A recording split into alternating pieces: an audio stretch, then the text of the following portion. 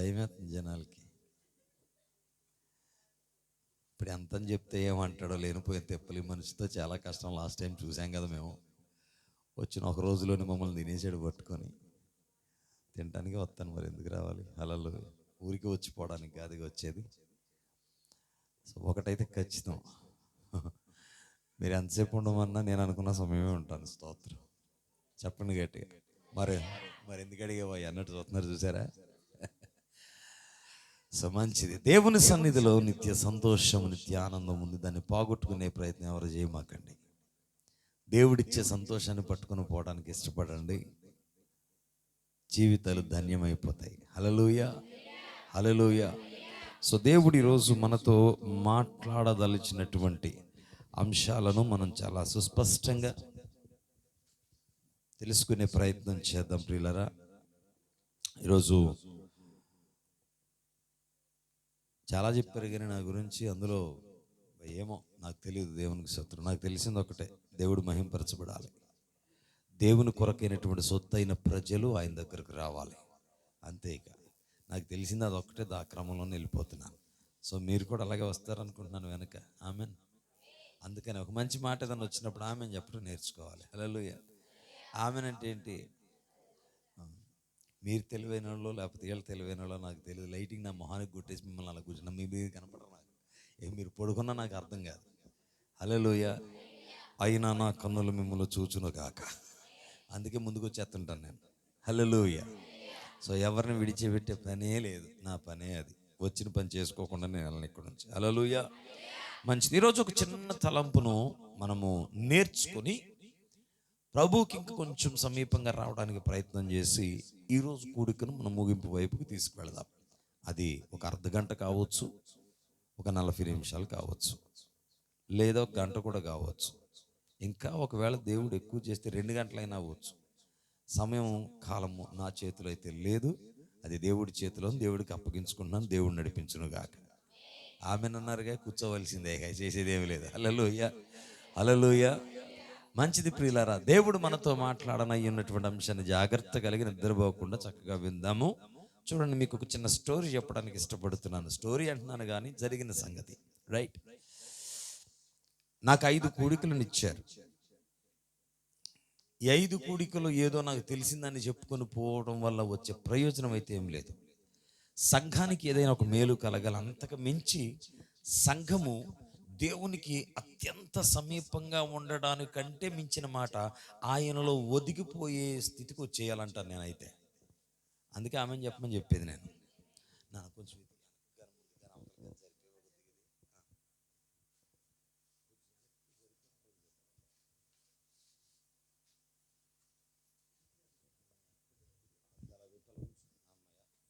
ప్రశాంతంగా ఉంది ఇప్పుడు నాకు. చెప్పండి ఇప్పుడు స్తోత్రం చెప్పండి. దేవునికి దగ్గరగా ఉండటం మంచిదా, దేవునిలో ఒదిగిపోవటం మంచిదా? రెండు ఒకటైతే కాదు. దేవునిలో ఒదిగిపోవడం వేరు, దేవునికి దగ్గరగా ఉండడం వేరు.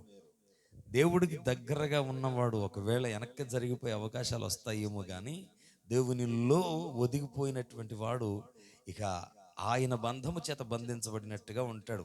ఊరక అంటారు. స్తోత్రం చెప్పండి గట్టిగా. ఏ విధము చేతనైనను ఆయనతో పెనవేయబడిన స్థితిలో సంఘం ఉండాలన్న మాట కొరకు ఇది చెప్తున్నాను. రైట్. ప్రియులారా గమనించండి. అన్నంత మాత్రాన దేవునిలోకి వెళ్ళి వెనకొచ్చిన వాళ్ళు లేరా? ఇలాంటి అమాయకపు ప్రశ్నలు ఏమైమాకండి. చక్కగా దేవుని సన్నిధిలో ఒక మంచి మాట నేర్చుకోవడానికి మనం ప్రయత్నం చేద్దాం. ప్రియులారా, ఈరోజు నేను అంటున్నాను, ఈ 5 కూడికలలో మీరు ఒక ఆశతో రండి, ఒక ఆశతో కూర్చోండి, ఒక ఆశతో వినండి, ఒక ఆశతో ముందుకు సాగిపోండి. ఆ ఆశ ఏంటో తెలుసా? నేను పరలోకం వెళ్ళాలి. ఆమె చెప్పండి, చెప్పండి. ఎవరు వెళ్ళాలి పరలోకం? నేనేనా? మేము వద్దు. అది లాస్ట్ టైం వచ్చినప్పుడు కూడా చెప్పాను నేను ఈ మాట. మేము, మనము అనే మాట వద్దు అసలు మనకి. క్రీస్తు తన స్వరక్తం ఇచ్చి సంపాదించుకున్న సంఘము ఎవరంటే నన్ను అడిగితే నేను చెప్తాను ఆ సంఘాన్ని నేనే అని. ఒకవేళ ఒక వ్యక్తిగతంగా ఒక వ్యక్తిని అడుగుతాను, అయ్యా క్రీస్తు ఎవరి కోసం వచ్చారు అని అంటే, ఆ వ్యక్తిగతంగా అడిగినటువంటి ఆ వ్యక్తి చెప్పే మాట ఏంటంటే, నా కొరకు వచ్చాడు. ఎందుకు వచ్చాడంటే నా పాపములు కడిగి వేయడానికి వచ్చాడంటారు. అంతేగాని మొత్తం మనందరి పాపాలు కడిగేయడానికి వచ్చాడనేటువంటి ఒక అమాయకంగా చెప్పే సమాధానాలు చాలా, అంటే ఆత్మీయతలో లేని వాళ్ళు చెప్తూ ఉంటారేమో, ఒకవేళ నాకు అర్థం కాదు. నేనేమంటానంటే, దేవుడు తన రక్తాన్ని చిందించింది నన్ను కాపాడుతాను కానీ వ్యక్తిగతంగా నేను చెప్తాను అన్నప్పుడు, ఆయన స్వరక్తం ఇచ్చి సంపాదించిన సంఘము నేనే అవుతాను. స్తోత్రం. ఇది నేను మాత్రమే అనుకోకూడదు, ప్రతి ఒక్కరూ తనను తాను ఆపాదించుకొని చెప్పుకోగలగాలి. ఆమె చెప్పండి ఒకసారి. ఇప్పుడు ఎవరి కోసం వచ్చాడు దేవుడు అంటే ఆ మాట చెప్పుకోవాలి. హల్లెలూయ. ఇప్పుడు సంఘం ఎవరు అంటే నేనే. ఇక్కడ చెప్పుకోవాలి. మనము అనే మాట రానివ్వకండి. సంఘం విషయం వచ్చేసరికి మనము అనేది కాదు కావాల్సింది, నేనే ఆయన సంఘం అనేది కావాలి. హల్లెలూయ. మరి ఆయన సంఘం ఎక్కడ ఉండాలి? ఆయన దగ్గర ఉండాలా, లోకంలో ఉండాలా? చెప్పాలి. సంఘం ఎవరు? గట్టిగా మాట్లాడండి. సంఘం ఎవరు? ఆయన సంఘం ఎక్కడ ఉండాలి? సంఘం ఎవరు? మీరు ఎక్కడ ఉండాలి? అది స్తోత్రం చెప్పండి. అందుకనే జాగ్రత్తగా ప్రతి మాట పట్టుకునే ప్రయత్నం చేయండి అంటాను. ఏదో వచ్చాం కదా, వినాలి కదా, విన్నాం కదా, వెళ్ళిపోయాం కదా, అసలు ఈ పోకడే వద్దు మనకి. వచ్చాము, దేవుడు నన్ను ఎలా బలపరిచి ఏం చేయాలనుకుంటున్నాడో ఆయనకు అప్పగించేసుకుందాం. హల్లెలూయా, హల్లెలూయా. ఈ 5 కూడికలలో ఆశపడదాం, పరలోకం చేరబడేటువంటి ఒక చక్కని అవకాశాన్ని సంపాదించు. ఎందుకు ఈ మాట చెప్తున్నానంటే, గత ఒక 4 రోజుల క్రితం, ఒక 4-5 రోజుల క్రితం, లేకపోతే ఈ వారం, లేకపోతే 10 రోజుల లోపుగా ఒక మహాభయంకరమైనటువంటి సంఘటన నన్ను బాగా కలిచివేసింది. నాకు బాగా తెలిసినటువంటి ఒక కుర్రాడు, సేవకుడే, ఒక భార్య, 2 పిల్లలు. ఆ 2 పిల్లల్లో వాడు ఇంతే ఉంటాడు. ఇంకా వాడికంటే చిన్నది అనుకుంటా, పాప అనుకుంటా, నెలల పిల్ల. పాప వాళ్ళ భార్య వాళ్ళని తీసుకుని ఊరు వెళ్ళిందో లేకపోతే వెళుతుందో, మొత్తానికి ఏదో జరిగింది. వాళ్ళ తండ్రి గారు తీసుకొస్తున్నారో తీసుకెళ్తున్నారో, యాక్సిడెంట్ జరిగింది. యాక్సిడెంట్ జరిగితే యవ్వన ప్రాయంలో ఉన్నటువంటి కుటుంబం అది. ఆలకించండి. యవ్వన ప్రాయంలో ఉన్నటువంటి కుటుంబం, నిండా 30 ఏళ్ళు కూడా ఉండుండకపోవచ్చు బహుశా. అలాంటి స్థితిలో యాక్సిడెంట్ అయింది. అయితే ఆ యవ్వన ప్రాయంలో ఉన్న పాస్టర్మ చనిపోయింది. ఇంత ఉన్నటువంటి ఆ పిల్లగాడు చచ్చిపోయాడు. నెలల పిల్ల చచ్చిపోయింది.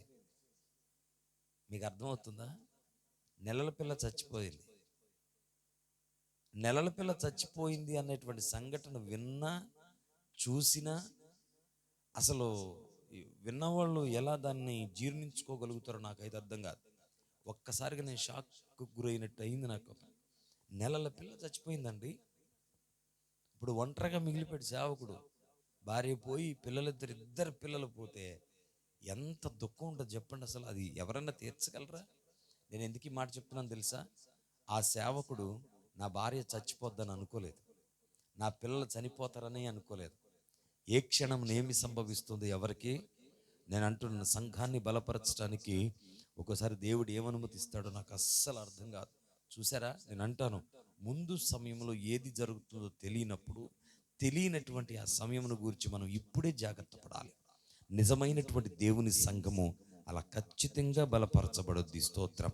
నేనంటాను, ఇక్కడ కూర్చున్న ఒక్కొక్క వ్యక్తిగత జీవితం ఒక్కొక్క సంఘం అయితే, ఆ సంఘము రోషము కలిగిన సంఘం వలె ముందున్నటువంటి సమయమును గురించి ఖచ్చితంగా జాగ్రత్త పడొద్ది. స్తోత్రం.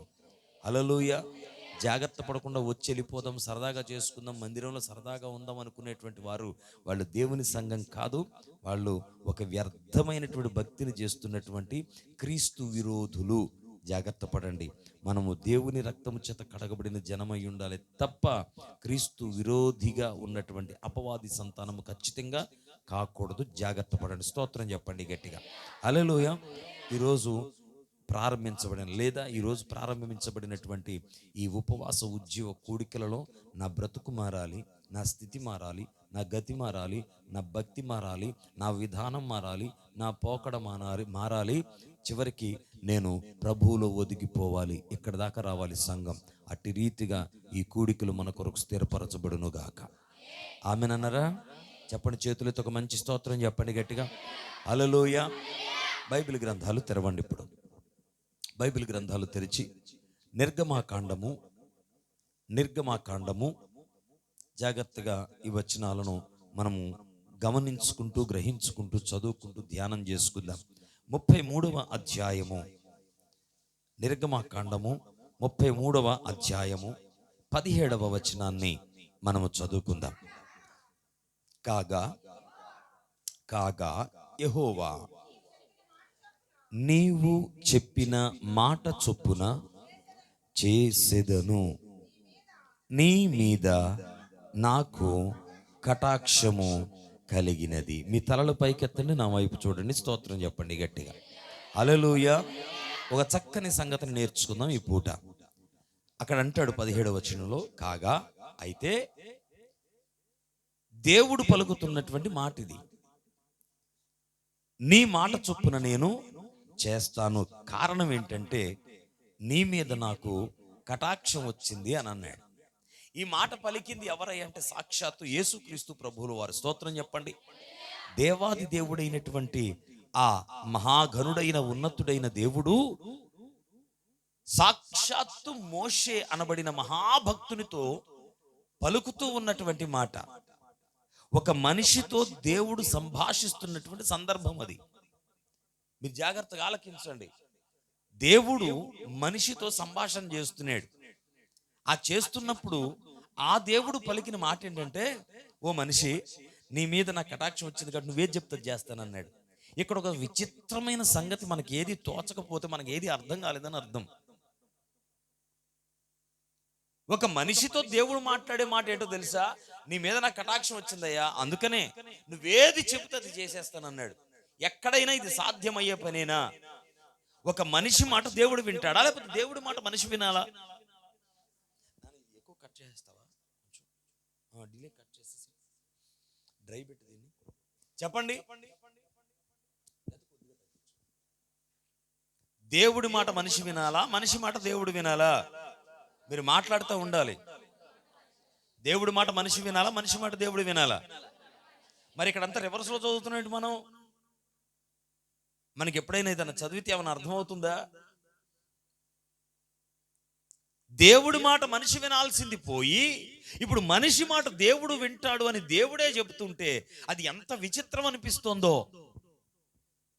ఎక్కడా జరగనటువంటి ఒక మహత్తరమైన సందర్భం ఇది.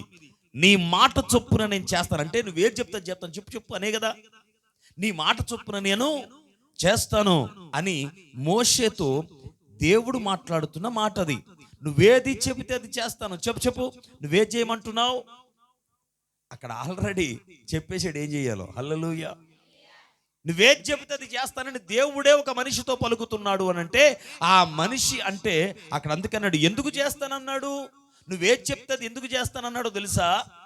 అక్కడ రాశాడు, ఎందుకంటే నీ మీద నాకు, చెప్పాలి గట్టిగా, నీ మీద నాకు కటాక్షము వచ్చింది, కటాక్షం కలిగింది కాబట్టి నువ్వేది చెప్తే అది నేను చేస్తాను. మోషే చెప్పు. హల్లెలూయా, హల్లెలూయా. ఇప్పుడు ఒక మనిషి మాట దేవుడు వింటున్నాడు అనడానికి కారణం ఏంటి చెప్పాడు తెలుసా? అక్కడ మాట్లాడరా, మీకు అర్థమవుతుందో లేదో నాకు తెలియాలి, లేకపోతే నేను ఒట్టిగా చెప్పుకొని వెళ్ళలేను, నా వల్ల కాదు ఆ పని. దేవుడు మోషేతో అన్నమాట, నువ్వు చెప్పింది నేను చేస్తాను అన్నాడు. అలా అనడానికి కారణం ఏంటి? ఎందుకు చేస్తానన్నాడు?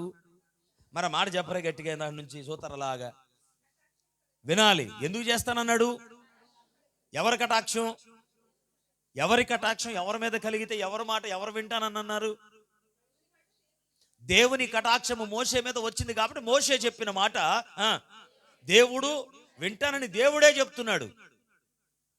ఇప్పుడు దేవుడు నువ్వు చెప్పింది నేను చేస్తాను, కటాక్షం వచ్చిందని అన్నాడు కదా. ఇప్పుడు కటాక్షము రాకపోతే, ఒకవేళ కటాక్షము కలగకపోతే ఇప్పుడు మోషే చెప్పింది వింటాడా? మోషే చెప్పింది చేస్తాడా? లేకపోతే నువ్వు చెప్పింది అలా నేను చేస్తానని దేవుడు చెప్తాడా? కటాక్షం కలిగింది కాబట్టే నువ్వు చెప్పింది నేను చేస్తాను మోషే అని అన్నాడు. ఇప్పుడు నా ప్రశ్న ఏంటంటే, కటాక్షం అంటే ఏంటి? హలో, నా ప్రశ్నలన్నీ ఇలాగే ఉంటాయి కదా, మీకు తెలుసుగా బాగా. చెప్పండి, కటాక్షం అంటే ఏంటి? ఏమో సార్ మాకేం తెలిసి, చెప్పుకొని పోరాదు. నువ్వు ఒక గంట ఉంటావు, 2 గంటలు ఉంటావు, ఏదో ఒకటి చెప్పుకొని పో. ప్రశ్నలు ఎందుకు? ప్రశ్నలు లేకపోతే ఎట్ట కుదురుద్ది? కటాక్షం అంటే ఏంటి? జాలా, కనికరం, ప్రేమ, దయ్య, ఇన్నైనా పెట్టేసుకోవచ్చు మనం. స్తోత్రం, హల్లెలూయా. నిజమే, అన్ని నిజాలే, ఒట్టిదేం కాదు, అన్ని నిజాలే. ఓకే, అయితే ఇంగ్లీష్లో ఏమంటాడు తెలుసా? దాన్ని ఫేవర్ అంటాడు. స్తోత్రం చెప్పండి. హలో, ఫేవర్ కాదు, ఫేవర్. ఫేవర్ అంటే జ్వరం, ఫేవర్ అంటే ఇష్టం. స్తోత్రం, హల్లెలూయా. ఫేవర్ కాదు, ఫేవర్ అనండి అందరూ. ఇంగ్లీష్లో ఫేవర్ అంటాడు. ఫేవర్ అంటే ఏంటో తెలుసా? ఇష్టం. ఇష్టం. ఇప్పుడు ఈ మనుష్యుడు అంటే నాకు ఫేవర్, నాకు ఇష్టమైంది కాబట్టి, ఇష్టమైంది కాబట్టి తన కొరకు నేను ఏదైనా, తనంటే నాకు ఇష్టం కలిగింది కాబట్టి ఏది చెప్పినా చేస్తానా లేదా? ఇష్టం కలిగింది, ఇష్టం ఉన్నప్పుడు చేయకుండా ఏం చేస్తాను చెప్పండి? హల్లెలూయా, హల్లెలూయా. ఇప్పుడు నేనంటే అభిమానం కలిగింది మీ అందరికీ, అందుకని 3 రోజులు నేనే ఉండాలని అడిగారు. నాకు ఎక్కడ కుదిరే 3 రోజులు? హల్లెలూయా. ఫస్ట్ రోజు ఎవరన్నా పెట్టుకోండి. లాస్ట్ టైం ఒకరోజు వచ్చానుగా నేను. హల్లెలూయా. అభిమానం, ఇష్టం, స్తోత్రం. సంగమా, మీ అందరికి వందనాలు. ఆ ఇష్టం దేవుడి మీద పెట్టండి, ఇంకా ఎక్కువ దీవెన పొందేస్తారు. స్తోత్రం కలుగునుగా. హల్లెలూయా. చెప్పాలి గట్టిగా, హల్లెలూయా. దేవునికి మోషే మీద ఇష్టం పుట్టింది. ఆ ఇష్టం పుట్టడం వల్ల మోషే చెప్పింది చేస్తాను అని అన్నాడు. అంతే, సింపుల్గా చెప్పాలంటే ఫేవర్. హల్లెలూయా. ఒక చిన్న పిల్లోడు అంటే మనకి ఇష్టం. వాడు మనకి ఏమీ చేయలే, కానీ నువ్వు కొంతమందిని చూసారా? పిల్లల్ని చూడంగానే మనకి ఏదో ఒకటి ఇష్టం పుట్టేసి ఏదో ఒకటి చేసేయాలనిపించేది ఉంటుంది. ఉంటే చాక్లెట్ తెప్పించేయాలనిపిస్తుంది. అడగడు వాడు, కానీ మనం చూడంగానే ఏమనిపిస్తుంది? ఇక చాక్లెట్ కదా. ఎందుకంటావు అలాగా? ఆడు అడిగాడా? వాళ్ళ అమ్మేమ్మందా? వాళ్ళ నాన్నమ్మన్నాడా? మరి ఎందుకన్నానంటే ఇష్టం పుట్టేసి చూడంగానే ఫేవర్. హల్లెలూయా. ఆ ఇష్టం పుట్టింది కాబట్టి ఏదైనా కొద్దిగా చెయ్యాలి అని అనిపిస్తూ ఉంటుంది. మోషే మీద అలాంటి ఇష్టం కలిగిన కారణాన ఏదైనా దేవుడు చేయడానికి ఇష్టపడి, నువ్వు చెప్పింది నేను చేస్తాను మోషే, ఓకే రైట్, నీ మీద నాకు ఫేవర్ వచ్చేసింది, ఇష్టం కలిగిపోయింది, కటాక్షం కలిగిపోయింది, అంతేగా. స్తోత్రం కలుగునుగా. హల్లెలూయా. ఇప్పుడు ఎందుకు కలిగిందో ఏంటో ఈ విషయం అంతా మనం పరిశీలన చేస్తేనే కానీ అసలు దీనికంటే ముందుకు వెళ్ళలేం మనం. కటాక్షం కలిగిందంటానికి ఎందుకు కలిగిందో తెలియొద్దు మనకి. ఆ మోషే అంటే ఎందుకు ఇష్టపడ్డాడో మనకు తెలియొద్దు. స్తోత్రం చెప్పండి, చెప్పాలి గట్టిగా. సింపుల్గా మీకు మాట చెప్పి నేను ముందుకు వెళ్తాను. మోషే అంటే దేవుడు ఇష్టపడటానికి కారణాలు చాలా ఉన్నాయి, ఒకటని చెప్పడానికి లేదు. అతడు నా ఇల్లంతటిలో నమ్మకస్తుడు, నమ్మకమైన వాడు, మిక్కిలి సాత్వికుడు. ఎన్ని సాక్ష్యాలు పొందేశాడో మోషే. అంత నమ్మకంగా ఉన్నటువంటి ఒక మంచి భక్తిపరుడు, ప్రవక్త, న్యాయవంతుడు, దేవుని కొరకు బ్రతికిన వాడు. స్తోత్రం కలుగునుగాక. ఐగుప్తు దేశంలో 430 సంవత్సరాలు బానిసత్వంలో మగ్గిపోతున్నటువంటి ఇశ్రాయేలీయులను బయటికి నడిపించిన తర్వాత దేవుడు మోషేని నాయకుడిగా చేసి వాళ్ళని కనానుకు నడిపిస్తున్న ప్రయాణం జరుగుతున్నటువంటి సందర్భం అది. ఆ కనాను ప్రయాణంలో కొంత దూరం వెళ్ళిన తర్వాత సముద్రం అడ్డొచ్చింది, విడగొట్టేసేది, అంతా అయిపోయింది కథ. ఇక దాటి వచ్చిన తర్వాత ఒకానొక చోట, మీరు ఆలకించండి, మోషేతో దేవుడు అన్నాడు, నేను నీతో మాట్లాడాలి, కమన్ టు మీ అని అన్నాడు. నా దగ్గరకు రా. నేను ఎక్కడున్నాను? హోరేబు పర్వతం మీద ఉన్నాను. నా పర్వతం మీదకు నువ్వు ఎక్కిరా, నేను నీతో మాట్లాడాలి అని అన్నాడు. అనడమే ఆలస్యం, ఈ కర్ర పట్టుకున్నాడు, కనీసం చద్ది మూట కూడా లేదు, పట్టుకొని ఆ కొండ ఎక్కేశాడు. ఏ కొండ అంటే దేవుడు ఉన్నటువంటి కొండ. ఏ పర్వతం మీదకైతే రమ్మన్నాడో ఆ పర్వతం ఎక్కేశాడు. రమ్మనంగానే వెళ్ళిపోతారా ఎవరైనా? నువ్వు వెళ్తావా? దేవుడి దగ్గరికి రమ్మంటే, మీటింగ్కి రమ్మంటే వచ్చేస్తావా? రమ్మనంగానే, చేయమనంగానే, జరిగించమనంగానే జరిగించేస్తావా? లేదు లేదు లేదు. మనకు బోల్డ్ సాకులు ఉంటాయి. ఏంటి పాస్టర్ గారు, అప్పుడే నా పాస్టర్ గారు, టైం ఉంది కదా పాస్టర్ గారు, ఎన్ని చెబుతావు? మనకు సాకులు ఎక్కువ, నెపములు ఎక్కువ మనకి. గమనించండి, మోషే రమ్మనగానే కర్ర పట్టుకొని, భార్య ఉంది, పిల్లలు ఉన్నారు, కింద లక్షల మంది సమాజం ఉన్నారు, వాళ్ళందరినీ పక్కన పెట్టాడు. అందరికంటే ఎక్కువగా ఎంచిన దేవుని యొద్దకు వెళ్ళిపోవడానికి ప్రయత్నం చేశాడు. ఇక ట్విస్ట్ ఏంటంటే, వెళ్ళిపోవటానికి ఇష్టపడినటువంటి మోషే వయసు అప్పటికే 80 సంవత్సరాలు పైబడి ఉన్నాయి. స్తోత్రం కలుగునుగాక. చెప్పాలి గట్టిగా. 80 సంవత్సరాలు పైబడి ఉన్నటువంటి మోషే కర్ర పట్టుకొని కొండెక్కడానికి ప్రయత్నం చేశాడు. హల్లెలూయా. ఇది సాధ్యమయ్యే పనేనా ముసలోడికి? మాట్లాడరే. ఒక ముసలోడికి సాధ్యమయ్యే పనేనా? కానీ ఆ ముదుసలి వయసులో ఉన్న ఆ మోషేకి సాధ్యమైంది. కారణం ఏంటో తెలుసా? దేవుడి మీద అత్యంత ఆసక్తి. స్తోత్రం కలుగునుగా. ఆయన దగ్గరికి వెళ్ళిపోయి ఆయన చూస్తే చాలు, ఆయనతో మాట్లాడితే చాలు, ఆయన సన్నిధిలో ఉంటే చాలు, ఈ దొక్కటి నడిపించేది. స్తోత్రం కలుగును. కనీసం ముద్ద కూడా పట్టుకెళ్ళే వెనకాల. మనం ఎక్కడికైనా వెళ్ళాలనుకో, ప్రయాణం అయినాం అనుకోండి, మన బ్యాగ్లో కొన్ని ఉంటాయి తినడానికి, ఉంటాయి ఉండవా? కొన్ని చాక్లెట్లు ఉండాలి, కనీసం పాప్కార్న్ ప్యాకెట్ అని కొన్ని లోపల పెట్టుకొని పోతుంటాం. ఏదో ఒక నోరు ఆడుతూ ఉండాలి మనకి, లేకపోతే అవ్వదు. కనీసం ఒక డ్రింక్ బాటిల్ అన్న ఉండాలి. అరే దేవుడు రమ్మన్నాడు, డ్రింక్ కాదు కదా, వాటర్ కాదు కదా, సద్ది మూట కదా, ఏది కాదు, బాయ్ బాయ్ చెప్పేసి వెళ్ళిపోయాడు అంతే. ఏమండి అక్కడ మనకు అర్థం చేసుకోవాల్సింది, అన్నిటికంటే అందరికంటే నువ్వే నాకు ముఖ్యం అనుకునే మంచి స్థిరమైనటువంటి మనసు కలిగి ఉన్న మోషే, ఆ మనసును బట్టి దేవుడు మోషేని ఇష్టపడిపోయాడు. స్తోత్రం కలుగును గాక. నేను రమ్మనంగానే నా కోసం వచ్చేస్తున్నావయ్యా, హల్లెలూయా, అందరిని విడిచిపెట్టి రాగలుగుతున్నావయ్యా, నువ్వంటే నాకు ఇష్టం వచ్చేసిందని అంటాడు. స్తోత్రం కలుగును గాక. అంత మాత్రమే కాదు, ఇప్పుడు రమ్మన్నప్పుడు ఎక్కడికి ఎక్కాలి? ఎక్కగలడా? వయసు 80 సంవత్సరాలు పైబడి ఉంది, ఎలా ఎక్కుతాం? 30 ఏళ్ళకి కాళ్ళు నొప్పులు వచ్చేస్తున్నాయి, కింద కూర్చోలేకపోతున్నాం అంటున్నాం మనం.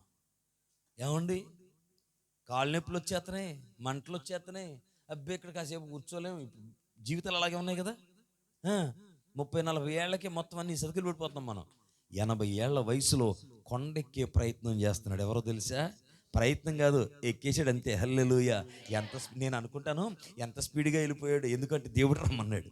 ఆయన చూడాలనేటువంటి ఆసక్తి ఎంత పరుగు పెట్టించిందో అంటాను నేనైతే. స్తోత్రం కలుగును గాక.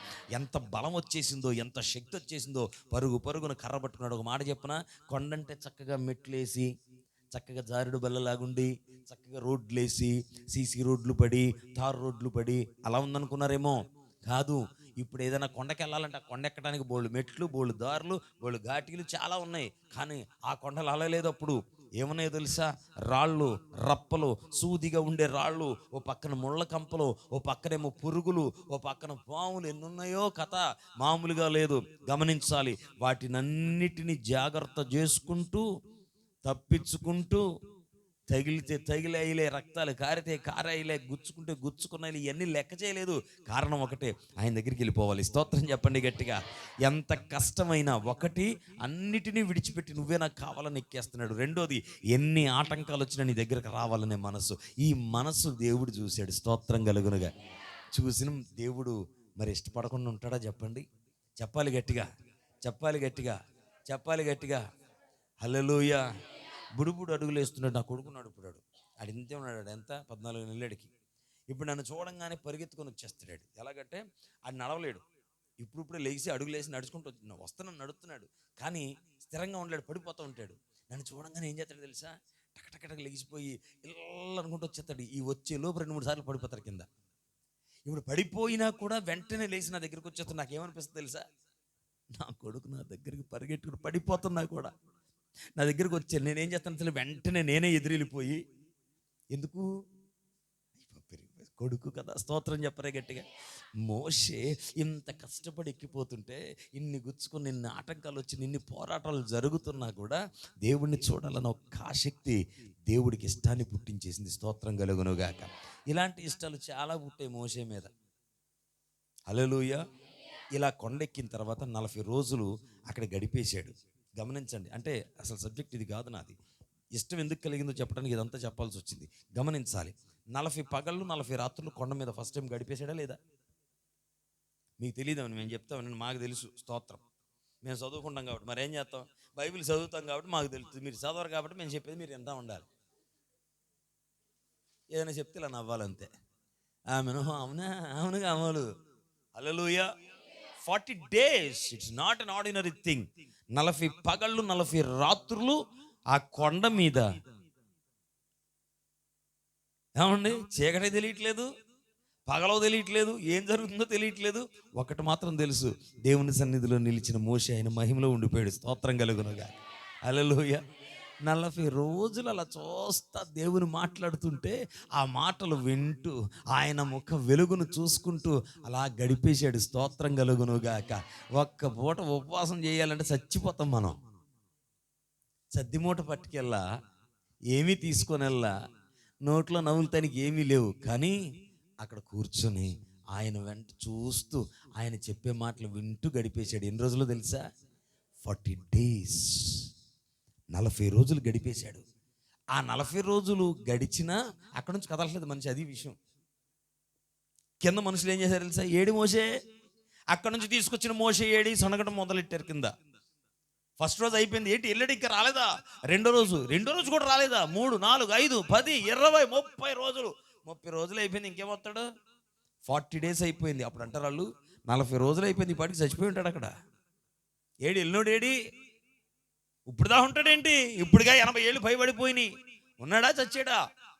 మనలను నడిపించడానికి మనకు ఒక దేవుడు కావాలి. కాబట్టి రండి మనందరం ఒక దేవతను చేసుకుందాం అని అనుకుని బంగారం అంతా ఒలిసి వాళ్ళు ఏం చేశారో తెలుసా? దూడం చేసుకున్నారు. దూడం చేసుకొని ఇది మా దేవత అనుకుని ఇష్టం వచ్చినట్టు తాగడం తిరగడం చేస్తున్నారు. అక్కడ కింద ఇది జరుగుతుంది. పైన మోషే దేవుని మాటను వినుకుంటూ ఆయనతో గడిపేస్తున్నాడు. స్తోత్రం చెప్పండి గట్టిగా. అప్పటికి కూడా కిందకి వెళ్ళాలన్న మనసు రాలేదు. 40 days అయిపోయినా దేవుడే అంటాడు, ఓ మోషే, నేను ఇలా మాట్లాడుతుంటే నువ్వు ఇలాగే కూర్చున్నావు కానీ కింద బాగోలేదయ్యా, లే వెళ్ళిపో కిందకే. దేవుడే పంపించే ఏర్పాటు చేస్తున్నాడు. స్తోత్రం చెప్పండి గట్టిగా. చెప్పాలి గట్టిగా. నీ బతుకులో ఎప్పుడైనా మందిరానికి వచ్చి కూర్చొని ఇక చాలేమ్మా మీరు వెళ్ళండి, ఇంకా రేపొద్దున చెప్తానులే వాక్యం అని సేవకుడి చేత అనిపించుకున్న రోజు ఒక్క రోజు ఉందా? ఎప్పుడు చూసినా టైం చూసుకోవడం తప్ప, ఒక్క అరగంట లేట్ అయిపోతే సమయం అయిపోతుందని చూడడం తప్ప, ఎప్పుడన్నా చాలా ఈ పూటకు అయిపోయింది. హల్లెలూయా. దేవుని మహాకృపలో నేను అతిశయపడే విషయం ఒకటి చెప్తాను. ఏ మీటింగ్లోకి వెళ్ళి నిలబడినా కూడా వాళ్ళు అలాగే అయిపోయిన తర్వాత కూర్చొని చూస్తుంటారు. అలాగా నేనేమంటాను తెలుసా? అయిపోయింది వెళ్ళిపోండి అంటాను. హల్లెలూయా. నరసరావుపేట వెళ్ళాను. 10 గంటలకో ఎప్పుడో ఇచ్చారు. 10 గంటలకు 10:30 11ంటికి ఎప్పుడో ఇచ్చారు. పాపం తమ్ముడు చాలా మంచోడు, బాగా ప్రేమిస్తాడు నన్ను. తమ్ముడు అన్నాడు, అనయ్య చాలా టైం అయిపోయింది, ఒక 40 days అనయ్య, ఒక 40 minutes, ఒక 40 నిమిషాలు వర్తమానం తీసుకోండి అన్నయ్య అన్నాడు. నాకు టైం చెప్తే నాకు అసలు పని అవ్వదు. అసలు టైం అసలు నాకు చెప్పకూడదు. చెప్తే కష్టం, నాకు ఏది చెప్పాలో అర్థం కాదు. సరే ఓకే తమ్ముడు అన్నాను, అంతే. పైకి ఎక్కాను. మీరు గమనించండి, వాక్యం స్టార్ట్ చేశాను. స్టార్ట్ చేసిన తర్వాత మరి నేను గట్టిగా అరుతాను, మీ అందరికీ తెలుసు కదా. ఇక్కడంటే ఇప్పుడు నెమ్మదిగా మాట్లాడుతున్నాను, ఎందుకో తెలియట్లేదు, మరి కసేపటి పెరిగిపోద్ది మరి. ఆమె హల్లెలూయా. గట్టిగా మాట్లాడతాను కదా, నా అరుపులకి ఎవరికైనా నిద్ర రాదు. గమనించండి, ప్రారంభించినటువంటి ఆ వాక్యం 2 గంటలు అయిపోయింది. ఎన్ని గంటలు? 2 గంటలు కంటిన్యూ మాట్లాడుతూనే ఉన్నాను. కంటిన్యూగా వాక్యం జరుగుతూనే ఉంది. దేవుడు బలంగా నడిపిస్తూనే ఉన్నాడు. వాళ్ళందరూ అలా కూర్చొని చూస్తూనే ఉన్నారు. వాళ్ళకి టైం తెలియలేదు, నాకు టైం తెలియలేదు. వాళ్ళు ఇచ్చిన టైంకి దాటి 2 గంటలు దాటిపి స్తోత్రం కలుగునుగా. హల్లెలూయా, హల్లెలూయా. 10 గంటలకు ఇచ్చారు వాక్యం నాకు. రైట్, 12 అయిపోయింది టైము. 12 అయింది టైము. అప్పుడు వదిలిపెట్టాను. మొత్తం ఆల్టర్కి అన్నీ అయిపోయినాయి, ప్రార్థనలు అయిపోయినాయి. ఇంకా అలా కూర్చొని చూస్తున్నారు వాళ్ళు చైర్లు. నేను ఏమన్నా తెలుసా? మీటింగ్ అయిపోయింది, లేచిపోయింది, రేపు కలుసుకుందాం అని అంటే వాళ్ళు అంటారు, ఇంకొక అరగంట చెప్తే బాగుండండి. హల్లెలూయా, హల్లెలూయా. నేను అతిశయపడతాను దేవుడు అటు రీతిగా నడిపిస్తున్నందుకు. స్తోత్రం. మన గొప్పతనం ఏముంటుంది? ఆయన మాటలు అంత ప్రభావం ఉంటుంది. ఆయన మాట జుంటి తేనె ధారల కంటే మధురమైన, ఆ మధురమైన మాట మధురంగా ప్రకటించినప్పుడు ఆ మధురత్వాన్ని పొందుతున్నటువంటి ఎవరైనా వెళ్ళిపోదామని ఎలా అనుకుంటారు? హల్లెలూయా. ఆ మధురత్వాన్ని పొందుతున్నటువంటి ఆ మోషే మహాభక్తుడు అక్కడి నుంచి కదలలేదు. దేవుడు అన్నాడు, నువ్వు ఎక్కడి నుంచి బాగానే కూర్చున్నావు నా దగ్గర, నువ్వు కదలలేదు. కింద చూడు జనులు చూడు, నువ్వు ఇల్లు అర్జెంట్గా లేచి ఎక్కడి నుంచి వెళ్ళిపో అంటే వెళ్ళలేకపోతున్నాను ప్రభువా.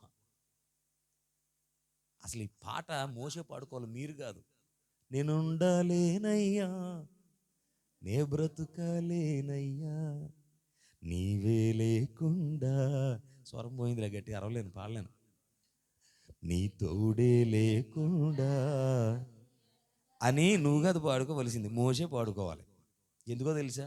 ఆయన వదిలిపెట్టి వెళ్ళలేకపోతున్నాడు, ఆయన లేకుండా ఉండలేకపోతున్నాడు, ఆయనను చూడకుండా ఉండలేకపోతున్నాడు. ఆయన సాక్షాత్కారాన్ని పొందుకున్నటువంటి మోషే ఆ ముఖ వచ్చేసును చూస్తూ అలా ఉండిపోతున్నాడు. తప్ప ఉండలేను ప్రభా, నేను వెళ్ళలేను ప్రభా అంటే, వద్దు బాబు నువ్వు ముందు కిందకి వెళ్ళి అర్జెంటుగా, నువ్వు కిందకి వెళ్ళకపోతే ప్రమాదం జరుగుద్ది, వాళ్ళు అందరూ చెడిపోయారు, పో కిందకి అని అంటే, లార్డ్ ప్లీజ్ వెళ్ళలేకపోతున్నానయ్యా,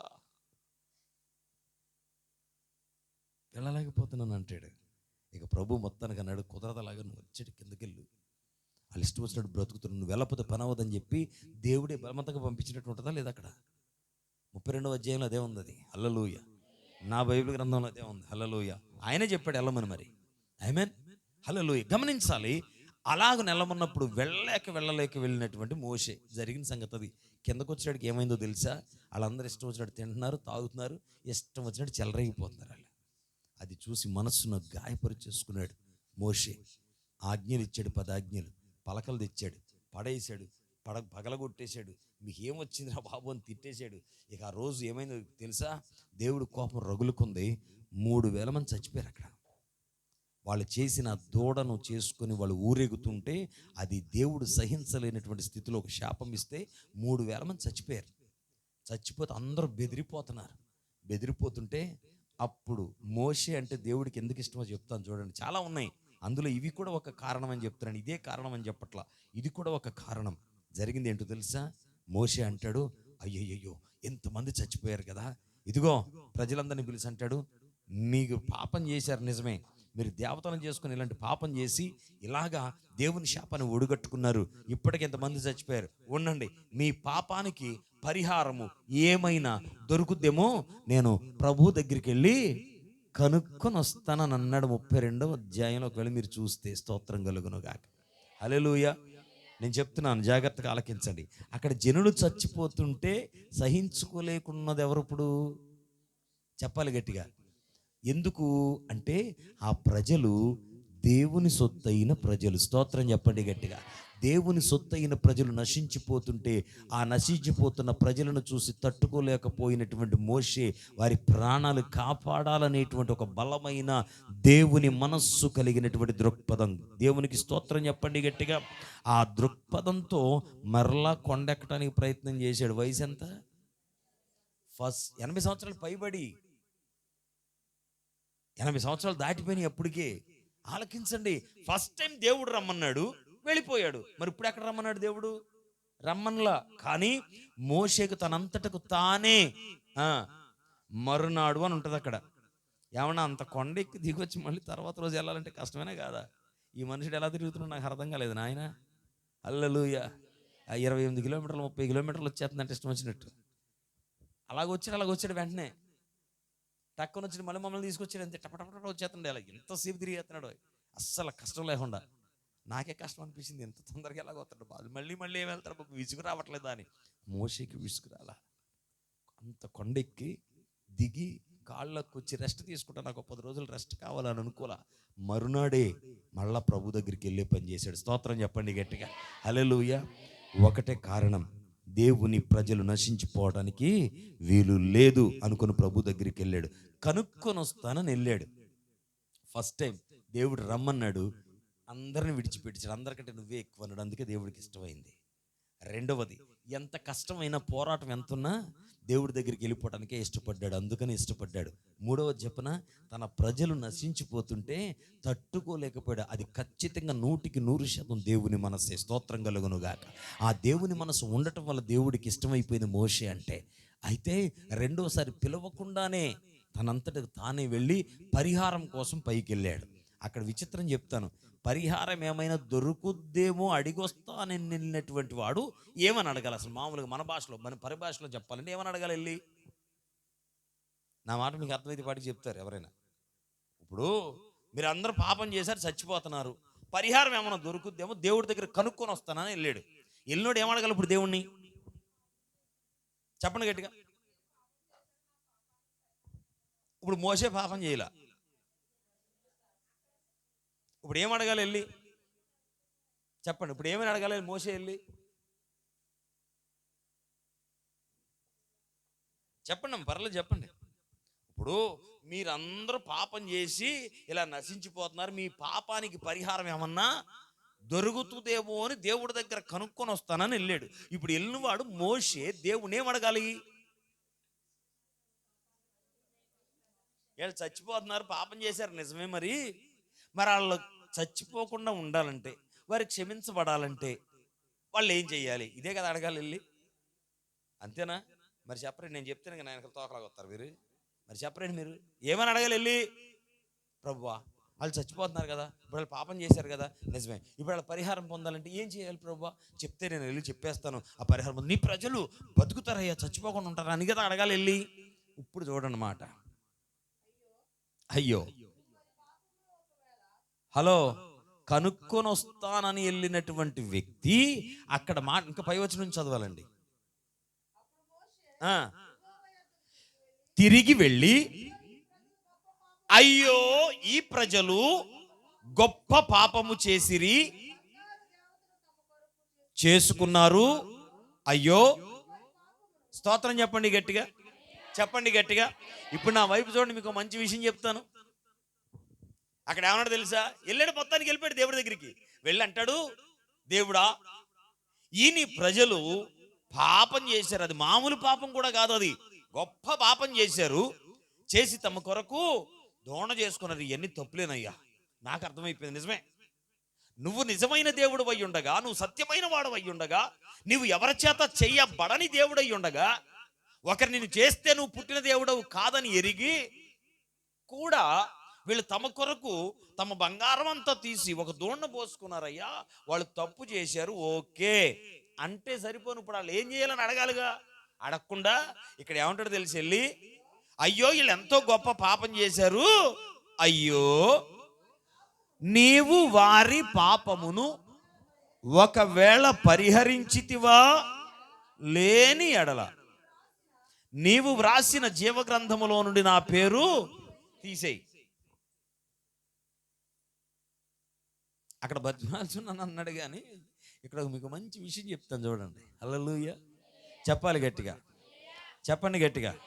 అందరు నా వైపు చూస్తున్నారు కదా. హల్లెలూయా. పైకి వెళ్ళి ఏమడుగుతున్నాడు తెలుసా?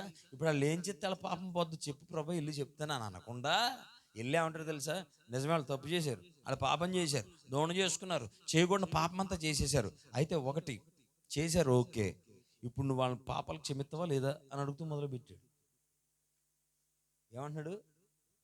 నువ్వు వాళ్ళ పాపాలను క్షమిస్తావా లేదా?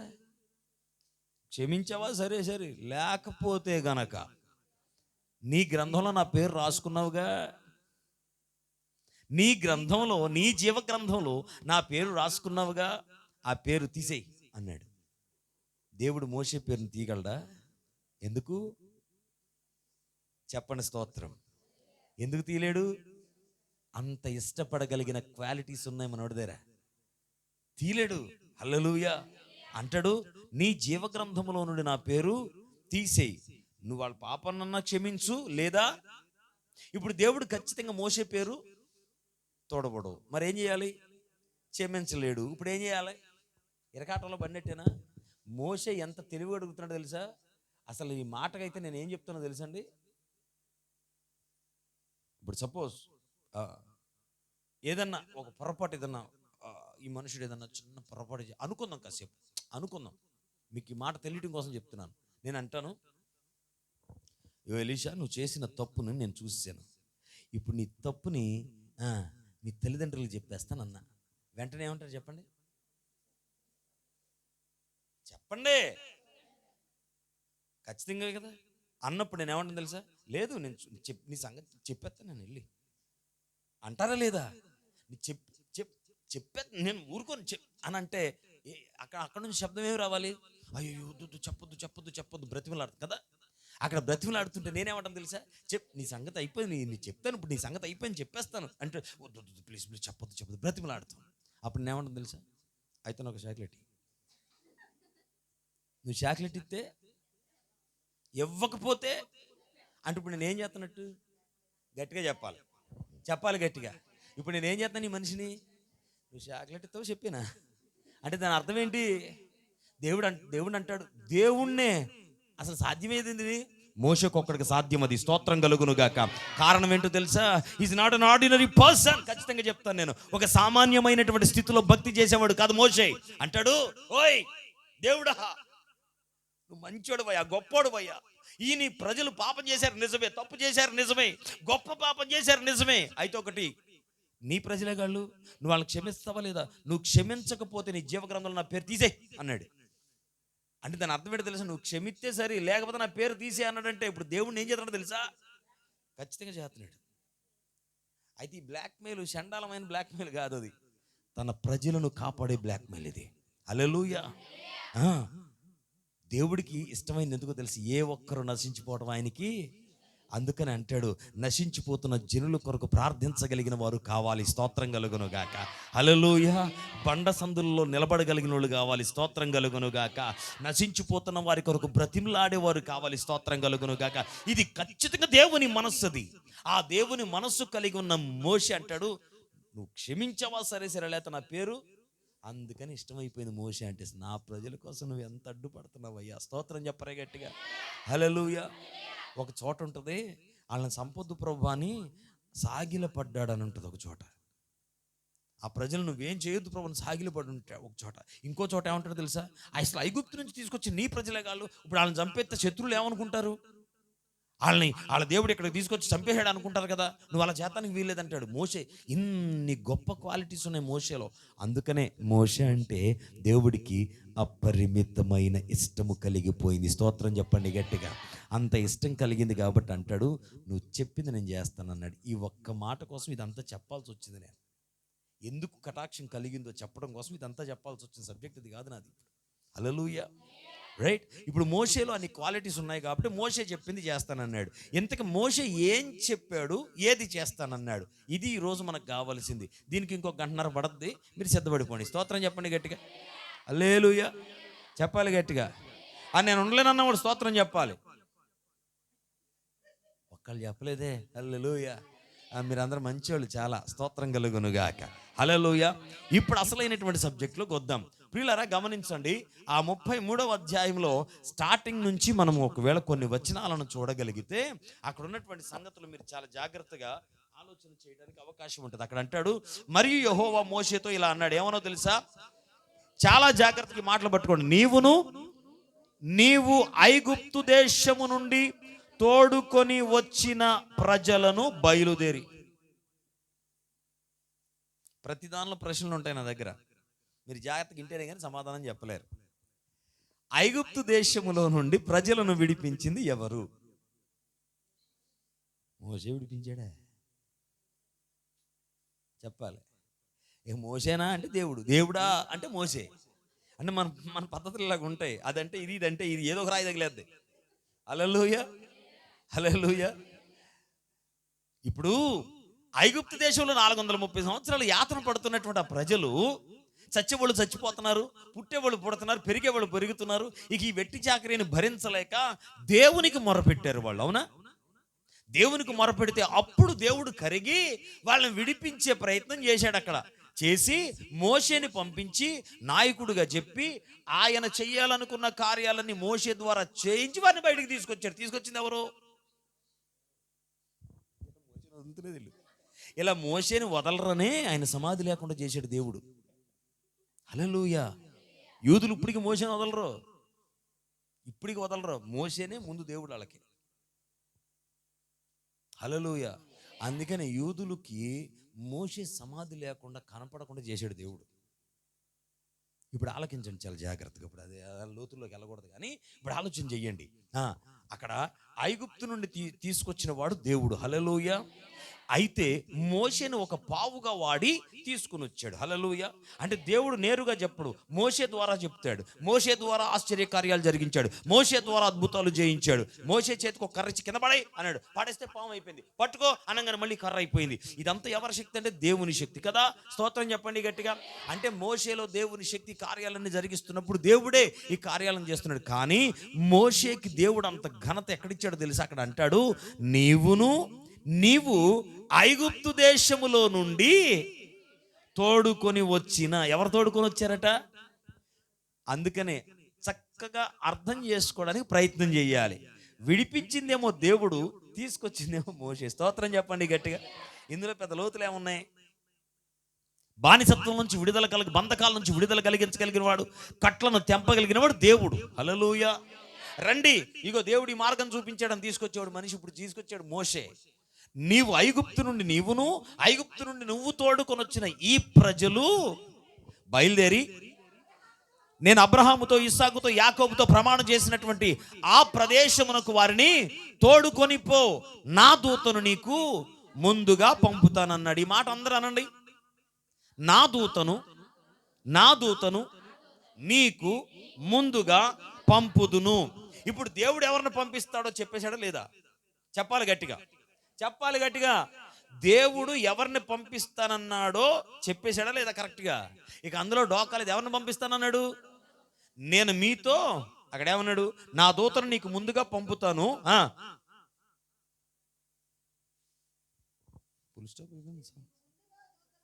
పంపి వాళ్ళందరినీ కూడా అక్కడి నుంచి వెళ్ళగొట్టేస్తాను.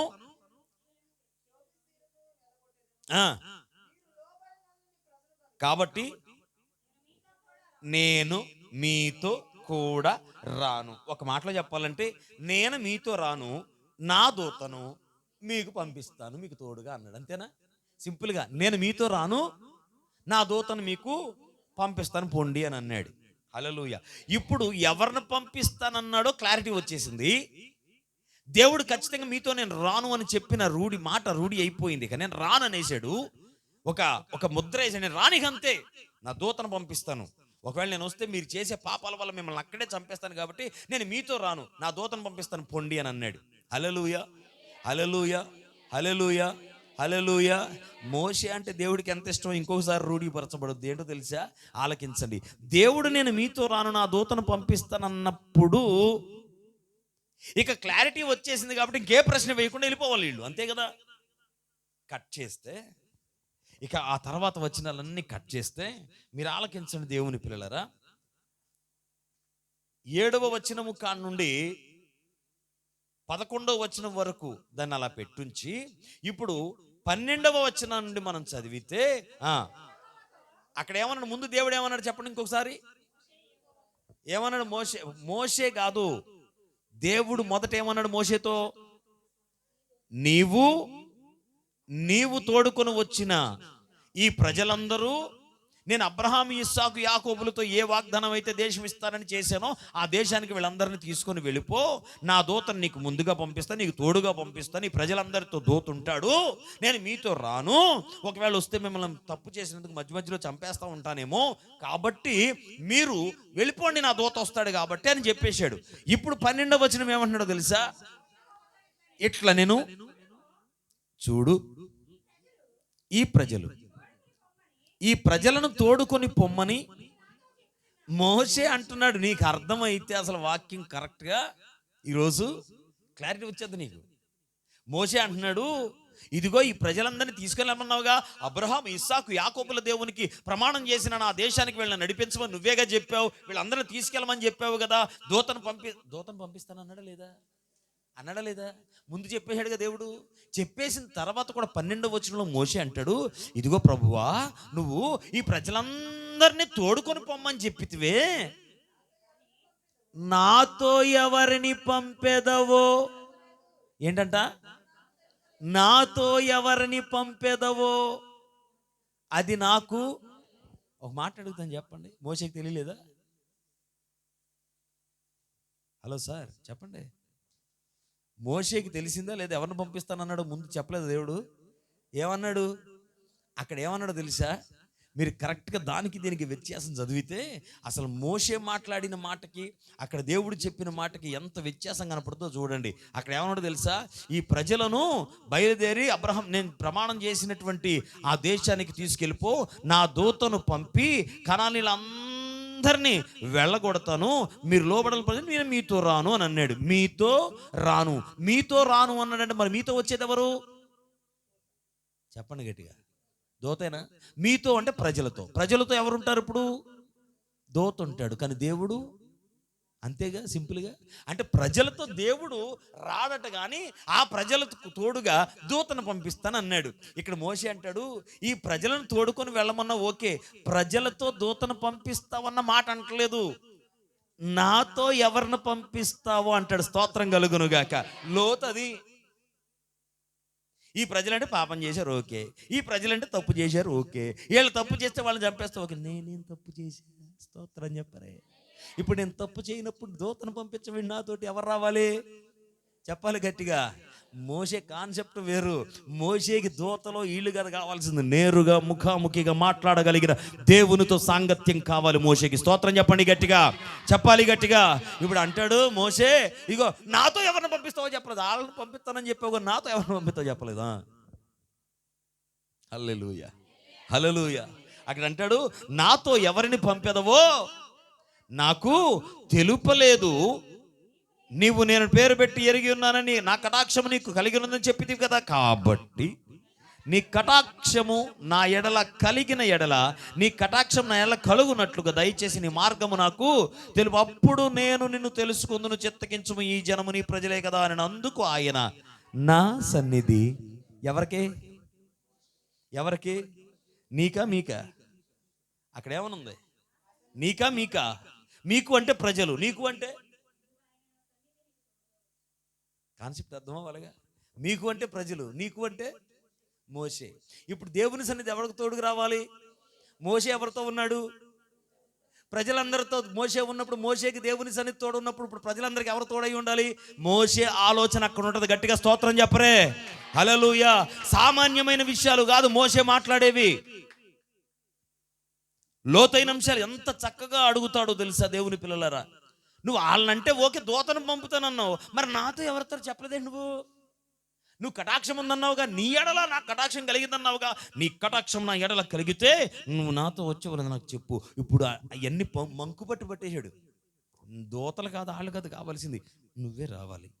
నీవే కావాలయ్యా, నాతో రావాలయ్యా. ఈ మాట మోషేనే పలకాలి. స్తోత్రం కలుగునుగా. నాతో రావాలయ్యా. ఇక దేవుడికి చేసేది ఏమీ లేదు. ఏమంటాడు తెలుసా?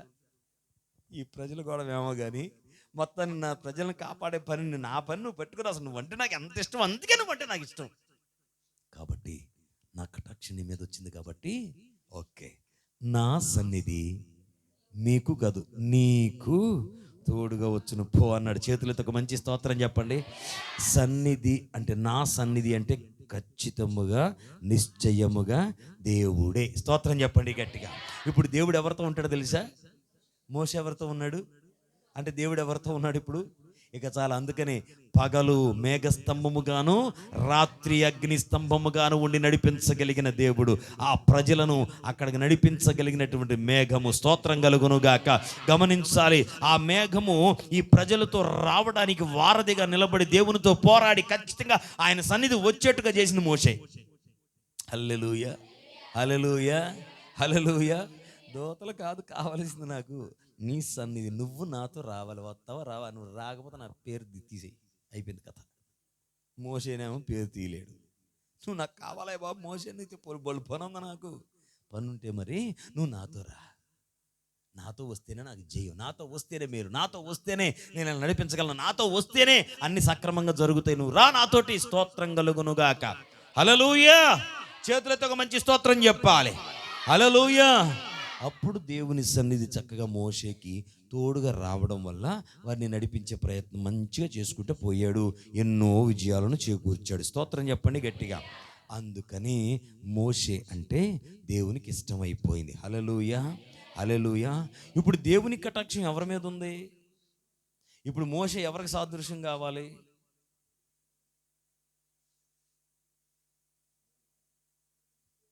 మోషే ఎవరికి సాదృశ్యం కావాలి? బైబిల్ గ్రంథంలో ప్రతి మాట సాదృశ్య రూపంగా మాట్లాడతాడు దేవుడు. ఆది కాండము నుండి ప్రకటన గ్రంథం వరకు ఇదే పని.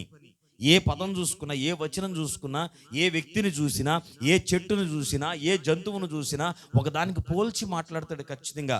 ఆ పోలిక చేయబడినటువంటిది ఏంటో తెలుసా? దేవుని సంఘము. స్తోత్రం కలుగునుగాక. ఎవరికి పోలికది? దేవునికి సంఘానికి పోలిక. ఎందుకు అనుకుంటున్నారు? దేవుని సంఘం అనబడినది ఆయన రక్తములో నుండి పుట్టుకొచ్చినది. స్తోత్రం కలుగునుగాక. ఈ రక్తములో నుండి పుట్టుకొచ్చిన ఆయన సంఘం ఎప్పుడు ఆయనతో ఉండాలని కోరుకుంటాడు కాబట్టి ప్రతి దానిని ఆ సంఘానికి పోల్చి మాట్లాడుతూ ఉంటాడు. ఇప్పుడు మోషే సంఘానికి సాదృశ్యంగా తీసుకుందాం, నష్టమైతే లేదు, అబద్ధమైతే కాదు, తప్పు అయితే కాదు. స్తోత్రం. ఒక ఆత్మీయ జీవితం బలపడటం కోసం, ఒక ఆత్మీయ జీవితం ఉన్నతమైనటువంటి మెట్లు ఎక్కడం కొరకు, శిఖరం మీద నిలబడటం కొరకు ఒక పోలిక తీసుకోవడంలో తప్పు అయితే లేదు. స్తోత్రం చెప్పండి గట్టిగా. చెప్పాలి, రెండు చేతులు పైకెత్తి. హల్లెలూయా. ఆలకించండి దేవుని పిల్లలారా. సంఘానికి సాదృశ్యం ఇప్పుడు మోషే కనపడుతున్నప్పుడు మోషేకు దేవుని కటాక్షము కలిగిందా లేదా? కలగడానికి బోల్డని క్వాలిటీస్ ఉన్నాయి. ఇప్పుడు సంఘానికి సాదృశ్యంగా మోషే కనపడుతున్నప్పుడు సంఘం ఎవరు?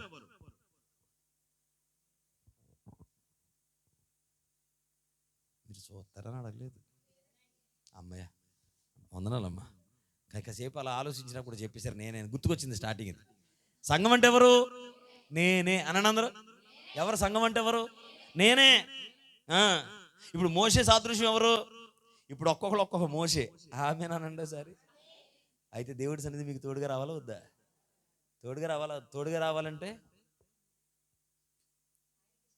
అవ్వాలి, ఆయన కటాక్షం రావాలి, ఆయనకి ఇష్టం కలగాలి. నువ్వంటే ఆయనకి ఇష్టం అయితే ఆయన నీతో వస్తాడు. ఇష్టం లేకపోతే ఆయన రాకపోతే నీకు పని అవుద్దా? ఇప్పుడు ఆయన ఒకవేళ నీతో రాకపోతే ఎంత ప్రమాదం ఉందో ఈ వచనం చదవండి ఒకసారి.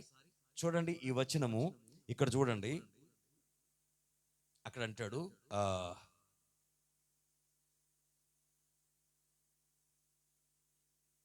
4వ వచనం 33:4. ప్రజలు ఆ దుర్వార్త విని దుఃఖించి. ఏ దుర్వార్త? నేను మీతో రాను, నా దూతను పంపిస్తానని ప్రజలతో చెప్పాడుగా. ప్రజలతో దూతను పంపిస్తాడనేటప్పుడు అప్పుడు అర్థమైంది వీళ్ళకి, బాబు దూతను పంపిస్తాడంటే ఈయన రాడంట, ఈయన రాకపోతే మన పరిస్థితి కణానికి ఎలాగెళ్తాం, అయ్యి బాబు ఎన్ని పోరాటాలు ఉంటాయి. అప్పుడు భయపడ్డారు వీళ్ళు. భయపడి అది దుర్వార్తగా తోచింది. అంటే దేవుడు రాకపోతే అది మనకి దుర్వార్త, మంచి వార్త కాదు అది. దేవుడు రాకపోతే మనకు జయము లేదు, దేవుడు రాకపోతే మనకు స్వస్థత లేదు, దేవుడు రాకపోతే మనకు అద్భుతం లేదు, దేవుడు రాకపోతే మనకు ఆశ్చర్యం లేదు, దేవుడు రాకపోతే మేలు లేదు, దేవుడు రాకపోతే పరలోకం లేదు. దేవుడు మనతో రాకపోతే పరలోకం లేదన్న మాట మనకు అది కష్టమా కాదా? దుర్వార్త కాదా? అది దుర్వార్త మంచి వార్తగా మారాలంటే దేవుడు మనతో, అది మాట. స్తోత్రం చెప్పండి గట్టిగా, 2 చేతులు పైకి స్తోత్రం చెప్పండి. హల్లెలూయా చెప్పాలి గట్టిగా. ఇప్పుడు చెప్పండి, మోషే ఎవరు? గట్టిగా ఒకళ్ళన్నా చెప్తున్నారు, అదే సంతోషం నాకు. మోషే అంటే ఎవరు? ఇప్పుడు నేనే అంటే సంఘం అనాలి. సంఘం, నేనే అంటే సంఘం, సంఘం అంటే నేనే అంటే మోషే, రైట్? ఇప్పుడు ఒక సాదృశ్యం అది. నువ్వు మోషే అంటే అక్కడ కర్రబట్టుకున్న మోషే కాదు సుమా, సాదృశ్యంగా పోల్చబడినటువంటి మోషే, రైట్? ఇప్పుడు ఆ మోషేకు దేవుడికి ఇష్టం కలిగిపోయింది మోషే అంటే. ఇప్పుడు మోషే అని సంఘముగా పోల్చబడిన నువ్వంటే దేవునికి ఇష్టం అవ్వాలి. అవ్వలేదు, అవ్వాలి. అయితేనే తప్ప ఆయన కటాక్షము వస్తేనే తప్ప ఆయన నీతో రాడు. నీతో వస్తేనే తప్ప నీ ప్రయాణం ముందుకు సాగదు. గమనించుకోవాలి, నీ ప్రయాణం పరలోకానికి వెళ్ళదు. అందుకని ప్రారంభంలోనే చెప్పాను, నీ ప్రయాణం ఎక్కడ దాకా వెళ్ళాలి? 5 పూటల్లో పరలోకం వెళ్ళటానికి మనం సిద్ధపడిపోయినట్టుగా ఉండాలన్నాను. అందుకని హల్లెలూయా. ఇప్పుడు ఆ పరలోక రాజ్యాన్ని స్వతంత్రించుకోవాలి అంటే దేవుని తోడు నీకు ఖచ్చితంగా రావాలి. రావాలంటే ఆయనకు నువ్వంటే ఇష్టం కలగాలి. ఇష్టమా కాదా చెప్పండి, చెప్పాలి. ఇష్టమా కాదా? ఇష్టమేనా? నిజమేనా? నాకు సమాధానం చెప్పినప్పుడు జాగ్రత్తగా చెప్పాలి. ఏదో ఇష్టమో కాదో చెప్పేస్తే తొందరగా వెళ్ళిపోతాను అని అనుకోమాకండి. సమాధానం వచ్చే వరకు నేను వెళ్ళిన స్తోత్రం. ఇప్పుడు ఇష్టమో కాదో తెలుసుకోవాలంటే కొన్ని వచనాలు మనం చూసి తీరాలి, రైట్? ఎవరి మీదకి ఇష్టం కలుగుద్ది, ఎవరి మీదకి కటాక్షం వస్తుందో కావాలి ఇప్పుడు మనకి. హల్లెలూయా. ఎవరి మీదకి దేవుని కటాక్షం వస్తుంది అంటే, ఎవరంటే దేవునికి ఇష్టమవుతుంది, ఈ సంగతి మనం గుర్తిరగాలి. వాక్యం చూద్దాం. చూడండి, నేను టకటక కొన్ని వచనాలు చెప్తాను, మీరు స్పీడ్గా చదువుకుంటూ వెళ్తే మీకు చాలా తొందరగా అర్థమయ్యేట్టుగా నేను చెప్పి ముగించడానికి ఇష్టపడుతున్నాను. చూడండి దేవుని పిల్లలారా, మొదటి మాట, ఎవరంటే కటాక్షం కలుగుద్ది, ఆయనకి ఇష్టం కలుగుద్ది అంటే సామెతల గ్రంథము 8వ అధ్యాయము 35వ వచనం. ఎవరు రాసుకుంటున్నట్టు కూడా అనిపించట్లేదు నాకు, ఊరిని చదువుకుంటున్నట్టుగా ఉన్నారు. ఎవరో ఒకళ్ళిద్దరు, ఓన్లీ మంచిది. మీరు బాగా జ్ఞానవంతులు అనుకుంటా, చెప్పంగానే అలా ముద్రపడిపోద్ది అనుకుంటా. రేపు అడుగుతాను ఈ వాక్యాన్ని. నన్ను కనుగొనువాడు జీవం అంటే ఎవరు? స్తోత్రం చెప్పండి. నేనే మార్గం, నేనే సత్యం, నేనే జీవం. అంటే జీవం అంటే దేవుడు అంటే నేనే అంటున్నాడు. నన్ను కనుగొనువాడు జీవమును అంటే, జీవం అంటే ఎప్పటికీ ఉండేదాన్ని కనుగొంటాడు. ఆ జీవం నాలో ఉంది కాబట్టి స్తోత్రం కలుగును గాక. నన్ను కనుగొనువాడు జీవమును, నన్ను కనుగొనని వాడు చేసుకొనును. మళ్ళీ చదవండి ఒకసారి, ఏదో తప్పు చదివినట్టున్నారు. నన్ను కనుగొనువాడు జీవమును కనుగొనును, యెహోవా కటాక్షము. స్తోత్రం చెప్పండి. దేవుని కటాక్షం ఎవరి మీద ఉంటుందో తెలుసా? ఎవరైతే దేవుని కనుక్కుంటారో వాళ్ళ మీద ఉంటుంది. సింపుల్గా చెప్పాలంటే హల్లెలూయా, హల్లెలూయా. మీ అమ్మ లేకపోతే మీ నాన్న లేకపోతే మీ కుటుంబీకులు, మీ ఇంట్లో వాళ్ళు, మరి బాబా పావు వంకాయలు తీసుకురారని పంపించారు నిన్ను. వెళ్ళే బొట్టట్టుకు నువ్వు ఇలా ఊపుకుంటూ చక్కగా వెళ్ళి కొట్టు దగ్గర నిలబడి, ఓ పావు వంకాయలు వేసేయి అని ఇలా తీసుకొని వేసేసి తీసుకొస్తావా, తీసుకురావా? గట్టిగా చెప్పొచ్చు కదా. అది అందరూ వింటారు, ఎలాగో చెప్పలేదు, వాళ్ళకన్నా కదా బుద్ధి వస్తుంది. చెప్పండి గట్టిగా. వెళ్ళి ఇలా ఇలా ఇలా తీసి ఓ పావుగా చేసి అని తీసుకొచ్చేస్తావా లేదా? తీసుకొస్తారా? నేను వెళ్ళినా తీసుకురాను. నేను వెళ్ళినా కూడా ఒక వంకాయ తీసి దాని చుట్టూ ఇలా చూసి కింద పైన మొత్తం ఇలా చూసి ఎక్కడ కన్నాలు లేకపోతే బాగుంది అనిపిస్తే అది వేసుకుంటాను. అంటే ఏం చేస్తాను నేను? ఏరుకుంటానో లేదా? ఎందుకు ఏరుకుంటాను? అది మంచి కోసం ఏరుతాను. రైట్? అంటే ఆ ఉన్నటువంటి గుట్టలో మంచివేయో కనుగొంటాను ఫస్ట్. ఇది బాగుంది, ఇది మంచిగా ఉంది అని కనుగొని దాన్ని ఏం చేస్తాను, బుట్టలో వేసుకుంటాను. స్తోత్రం. ఒక వంకాయ కోసమే ఇంత తిప్పలు పడతావు, పావు కేజీ వంకాయల కోసం, పావు కేజీ టమాటాల కోసం ఇంత తిప్పలు పడతావే. నేను అంటాను, అసలు ఆ పావు కేజీ వంకాయలు తినాలంటే నువ్వు బతుకుండాలంటే దేవుడు కటాక్షం చూపించాలి. దేవుడు కటాక్షం చూపించిన ముందు ఆయన కనుగొనగలిగా నువ్వు. హల్లెలూయా. అంటే ఆయన దేవుడో కాదో నీకు తెలియాలిగా ఫస్ట్. ఈ మాట ఎందుకన్నాడు కనుగొనాలని అని అంటే, ఆయనలాగా కనపరుచుకునే వాళ్ళు కోట్ల మందిగా ఉన్నారు మన భారతదేశంలో. అది మన భారతదేశంలో తక్కువ లేరు దేవుళ్ళు. హల్లెలూయా. చాలామంది ఉన్నారు. అయితే దేవుడు అనబడిన వాడు ఎవరు కనుక్కోవాలి. ఇప్పుడు ఆళ్ళలో ఎవరు అంటే, ఒకటి ఆయన స్వయంభవుడు అని గుర్తిరగాలి. అంటే ఆయనను ఎవ్వరూ తయారు చేయలేదు, ఆయనకు ఆయనగా ఉన్నాడు అని గుర్తిరగాలి. ఎవరున్నారు అలాగా?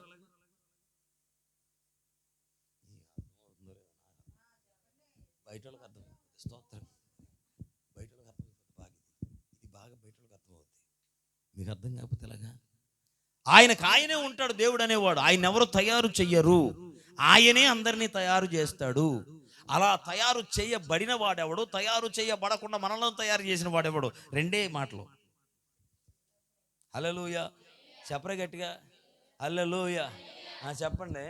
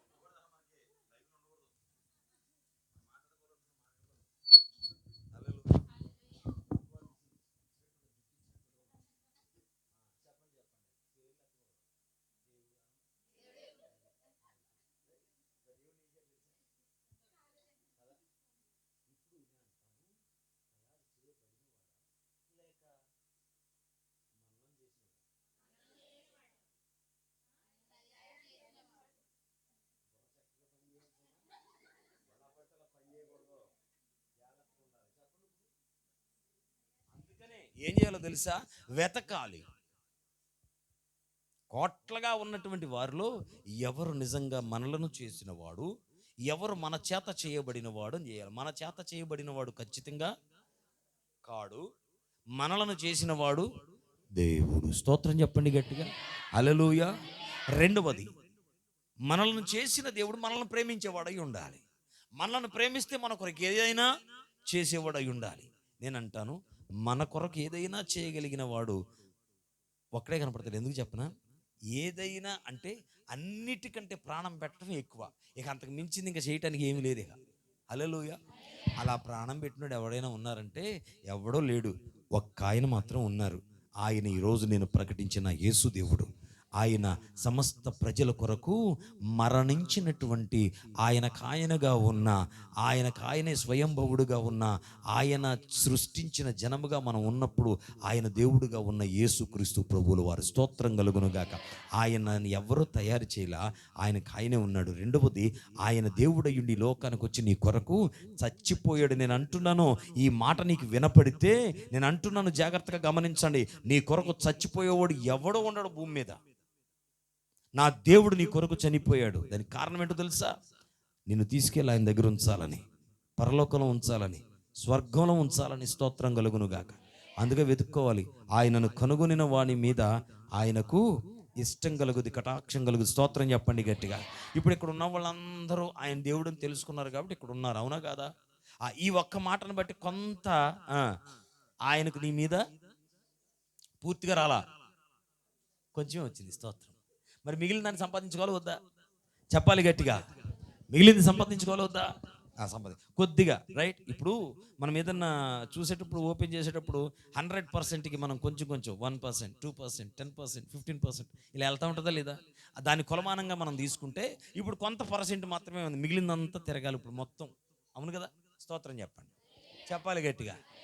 ఆయన కటాక్షం ఎవరి మీద కలుగుద్దంటే ఆయన దేవుడిని తెలుసుకున్న వారి మీద కలుగుద్ది, రైట్. హల్లెలూయా. ఇప్పుడు తెలుసుకున్న వాడి మీద కొంచెమే కలిగి పూర్తిగా కలగాలంటే ఇంకొక ముందుకు వెళ్ళాలి. ఇంకొక వచనాన్ని చూస్తే మనకు అక్కడ బాగా అర్థం అవుద్ది. ఒకటి సామెతల గ్రంథం చూసేశారు కదా, ఇప్పుడు నిర్గమకాండము 33వ అధ్యాయంలో ఏదైతే మనం భాగాన్ని చదువుకుంటాం అందులో 7వ వచనాన్ని ఇప్పుడు చదవండి.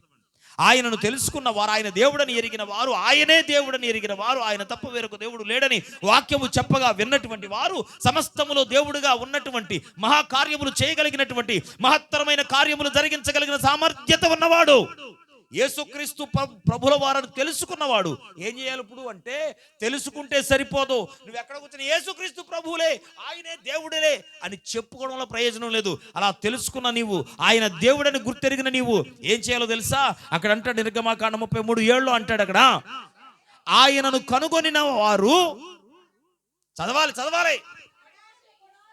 అంతటా మోషే గుడారమును తీసి పాళెం వెలుపలకు తీసుకెళ్ళి పాళెమునకు దూరముగా వేసి ప్రత్యక్షపు గుడారం అనబడిన మందిరం అని పేరు పెట్టెను. స్తోత్రం. ఇప్పుడు చూడండి, కనుగొనాలంటే ఏం చేయాలి మనం? హలో, ఆయనను కనుగొనిన వారి మీదకి ఆయన కటాక్షము వస్తుంది. ఆయనను కనుగొనాలంటే మనం ఏం చేయాలి? గట్టిగా చెప్పండి మా. వెతకాల వద్దా? వెతికితే ఆయన దొరికేశాడు. అందుకని ఆయన దొరుకు కాలముందు ఆయనను వేదకుడి. స్తోత్రం కలుగునుగాక. ఆయనను వెతికినప్పుడు, ఆయన దేవుడని మనం గుర్తెరిగినప్పుడు ఆయన దొరికేశాడు మనగా. ఈయనే దేవుడు అర్థమైపోయింది, ఈయనే సజీవుడు, ఈయనే మరణించిన వాడు, మన కొరకు ప్రాణం పెట్టిన వాడు, ఈయనే దేవుడు, ఈయన తప్ప వేరొక దేవుడు లేడని అర్థమైపోయినప్పుడు ఆయనను కనుగొన్నావు, మంచిదే. కనుగొన్న ప్రతి ఒక్కడు, ఎవరైనా కానీ ఆయన దేవుడని ఎరిగిన ప్రతి ఒక్కడు చేయాల్సింది ఏంటో తెలుసా? ఆయనను కనుగొనిన, చదవాలి ఇప్పుడు, ఆయనను కనుగొనిన, వెదకిన ప్రతివాడు అంటే ఆయన దొరికిన తరువాత ప్రతివాడు ఏం చేయాలట? వెలుపలనున్న ప్రత్యక్షపు గుడారమునకు వెళ్ళుచు వచ్చెను. స్తోత్రం చెప్పండి గట్టిగా. ఇప్పుడు యేసుక్రీస్తు ప్రభులు వారు నిజమైన దేవుడు, ఆయన సత్యవంతుడు, ఆయన నిజమైన ఉన్నవాడు, చేయబడిన వాడు కాదు, చేయబడినవాడు కాదు, ఆయనే చేసిన వాడని గుర్తెరిగి, ఆయన ప్రాణము పెట్టిన వాడు, ఆయనే నిజ దేవుడని గుర్తెరిగిన ప్రతివాడు చేయాల్సింది ఏంటో తెలుసా? అదిగదిగో ప్రత్యక్షపు గుడారం అనబడిన మందిరము ఈ ప్రాంతంలో ఇక్కడ ఉంది. కాబట్టి ఏం చేయాలి? ఆయనను కనుగొన్నవాడు ప్రతి ఒక్కడు మందిరంలో అడుగు పెడతా ఉండాలి. స్తోత్రం కలుగునుగాక. హల్లెలూయా. ఊరికే తెలుసుకొని ఇంట్లో కూర్చొని భజన చేయడానికి కాదట. ఆయన ప్రత్యక్షపు గుడారం అనే పేరు పెట్టబడిన మందిరంలోనికి వస్తూ పోతూ ఉండాలి. హల్లెలూయా. ఈలాగున ప్రతి వారం ఇక్కడ ఆరాధన జరుగుతున్నప్పుడు ఏం చేయాలో తెలుసా? ఆయనను దేవుడని గుర్తెరిగిన ప్రతివాడు ఆయన మందిరంలోనికి అడుగుపెట్టి పోతూ ఉండాలి. స్తోత్రం కలుగునుగా. హల్లెలూయా. మందిరంలోకి ఎందుకు అడుగు పెట్టాలి అనంటే, అక్కడ ఆయన నివాసం చేసే స్థలం అది. ఆ ప్రత్యక్షపు గుడారం ఎందుకు అంటే, అందులో ఆయన నివాసం చేస్తున్నాడు. ఆయన నివాసం చేసే స్థలములోనికి ఆయనను కనుగొన్న ప్రతివాడు వస్తూ పోతూ ఉండాలి ఖచ్చితంగా. ఆయన నివాసం చేసే స్థలంలోకి ఎందుకు వెళ్ళాలి అని అంటే, ఆ మందిరంలోకి వెళితే, ఆ ప్రత్యక్షపు గుడారంలోకి వెళితే ఆయన సాక్షాత్కారం దొరుకుతుంది నీకు. స్తోత్రం కలుగునుగాక. ఆయన సాక్షాత్కారం దొరుకుతుంది, ఆయన చూడగలుగుతావు. అవునా పాస్టర్ గారు, ఇన్ని సంవత్సరాలుగానే మందిరానికి వస్తే ఎప్పుడు నాకు ఆయన కనపడలేదేంటి? అయితే నువ్వు గుడ్డోళ్ళవే. ఆయన ఎలా, అసలు ఆయన అంటే ఏంటో తెలిస్తే ఈ మాట నువ్వు అనవు. హల్లెలూయా. మీరు ఎప్పుడైనా దేవుణ్ణి చూసారా? హల్లెలూయా. హల్లెలూయా. నాకు కానీ తెక్కే కింద దేవుణ్ణి చూపిస్తా నీకు అంటారా కొంతమంది. అంటే దాని అర్థం ఏంటి? అర్థమనే, కొడితే సొక్కలు కనపడతాడు, దేవుడు కనపడతాడు అరే అంటారుగా. కొడితే కాదు, దేవుడు కొడితే ఇంకొకటి కనపడతాడు. స్తోత్రం కలుగునుగా. ఒక మాట చెప్పను దేవుని పిల్లలారా, ఇప్పుడు మందిరానికి వచ్చే ప్రతివాడు ఎందుకు రావాలంటే, మందిరంలో నివాసం చేస్తున్న ఆయనను చూడాలని రావాలి. స్తోత్రం కలుగునుగాక. ఆయనను చూడాలి అనంటే అసలు ఆయన ఎలా ఉన్నాడో నీకు తెలియాలి. అది తెలియాలంటే యోహాను సువార్తకి వెళ్ళిపోవాలి. యోహాను సువార్త 1వ అధ్యాయం చూస్తున్నారా? మీకు నమస్కారం. చూడకుండా చెప్తారేమో అనుకున్నానమ్మా. అయ్య బాబా, ఫోన్లే తొందరగా మొదలెట్టారు. స్తోత్రం కలుగునుగా. హల్లెలూయా. ఆది యోహాను సువార్త 1వ అధ్యాయం 1వ వచనం. ఆది యందు వాక్యం ఉండెను, వాక్యము దేవుని యొద్ద ఉండెను. వాక్యమే ఉందా? మేనా మూనా? ప్రతి అక్షరం కీలకమే. మనకి చిన్న పొల్లు మారిందా అర్థం మారిపోద్ది. ఆది యందు వాక్యం ఉంది, వాక్యమేమో దేవుడి దగ్గర ఉంది. ఆ వాక్యమే కాదు, అసలు వాక్యమే మొదట వాక్యము దేవుడి దగ్గర ఉంది, వాక్యము దేవుడై ఉంది. స్తోత్రం చెప్పండి గట్టిగా. ఇప్పుడు దేవుడు అంటే ఎవరు? వాక్యం అంటే ఎవరు? దేవుడు అంటే ఎవరు? వాక్యం అంటే ఎవరు? దేవుడు అంటే ఎవరు? దేవుడు అంటే ఎవరు? దేవుడు అంటే ఎవరు? వాక్యం అంటే అది ముద్ర పడాలని ఎన్నిసార్లు చెప్తున్నా. నాకు ఏమైనా సరదా ఏంటి టైం వేస్ట్ చేసుకోవడానికి? వాక్యం అంటేనే దేవుడు, దేవుడు అంటేనే వాక్యం. ఇప్పుడు దేవుడు కనిపించాలి అని అంటే నీ దగ్గరికి ఏది రావాలి? సింపుల్గా వచ్చేస్తే సరిపోద్ది. స్తోత్రం కలుగునుగా. చెప్పాలి గట్టిగా. ఇప్పుడు నువ్వు దేవుడిని చూస్తున్నట్ట చూడనట్ట పోని వింటున్నావా లేదా? ఏది? ఎలా? ఆ చెవులతోనే వింటారు, నోటితో వింటారంటే ఎవరన్నాని? ఎలా వింటున్నావు? నీకు ఎలా వినపడుతుంది? ఫోన్లే బాబా, నేను పాస్టర్ గారిని కాదు. స్తోత్రం. నేను ఇక మేము నిలబడిన పాస్టర్ గారిలాగే కనిపిస్తున్నారని నేనేం చేస్తాం ఇక. స్తోత్రం. హల్లెలూయా. నిలబడిన వాళ్ళు ఎవరు? వాళ్ళు చెప్పండి. హల్లెలూయా. మమ్మలను జనరల్ మార్చొద్దు. హల్లెలూయా. స్తోత్రం. చెప్పండి గట్టిగా దేవునికి స్తోత్రం. హల్లెలూయా. ఏ సేవకుడైతే నిలబడి మాట్లాడుతున్నాడో, ఏ సేవకురాలైతే నిలబడి మాట్లాడుతున్నారో, ఏ ప్రవక్త దేవుని వాక్కును ప్రకటిస్తున్నారో, ఏ ప్రవచనమైతే వ్యక్తులు ప్రకటిస్తున్నారో, ఏ అపోస్తలులు దేవుని మాటను ప్రకటిస్తున్నారో, ఏ స్వార్థికులు దేవుని మాటను ప్రకటిస్తున్నారో, వారి ద్వారా ఆయన తనను తానుగా కనపరుచుకుంటున్న దేవుడు. స్తోత్రం కలుగునుగాక. హల్లెలూయా. చెప్పాలి గట్టిగా. అంతట యెహోవా వాక్యము ఆయన యొద్దకు వచ్చి, అతని యొద్దకు వచ్చి అంటే సాక్షాత్తు దేవుడే వాక్య రూపేణ వారి దగ్గరికి వస్తున్నాడని నేను చెప్పనా? ఆది యందు ఉన్నటువంటి ఆ వాక్యము దేవుడై ఉన్నప్పుడు ఆ వాక్యము ప్రకటించబడుతుందంటే ఆ వాక్యం ఎవరి దగ్గరికి వస్తుంది? ఇప్పుడు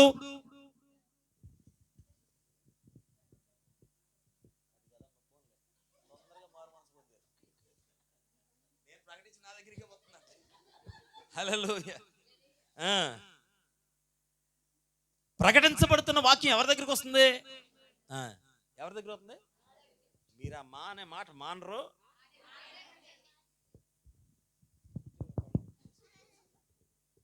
చెప్పండి, ఎవరి దగ్గరికి వస్తుంది? ఎవరి దగ్గరికి వస్తుంది? దేవుడు నీతో ఎందుకు మాట్లాడతాడు? దేవుడు మాట నీకు ఎందుకు ఇవ్వాలనుకున్నాడు? దేవుడు నీకు ఎందుకు చెప్తున్నాడు ఏదన్నా మాట? ఇంకొకలాగా అడుగుతాను. నేను ఏదన్నా ఒక మాట చెప్పాను, వాడికి ఒక పని చెప్పాను. అడిగి ఎందుకు చెప్పాను? అడిగి చేస్తాడని చేయడనే? చెయ్యాలా వద్దా? ఇప్పుడు ఆయన మాట నీ దగ్గరికి వచ్చిందంటే దాని అర్థం ఏంటి? ఆ మాట చెయ్యాలా వద్దా? అది కదా. నువ్వు మందిరానికి ఖచ్చితంగా ప్రత్యక్ష గుడారం దగ్గరికి ఖచ్చితంగా రావాలి.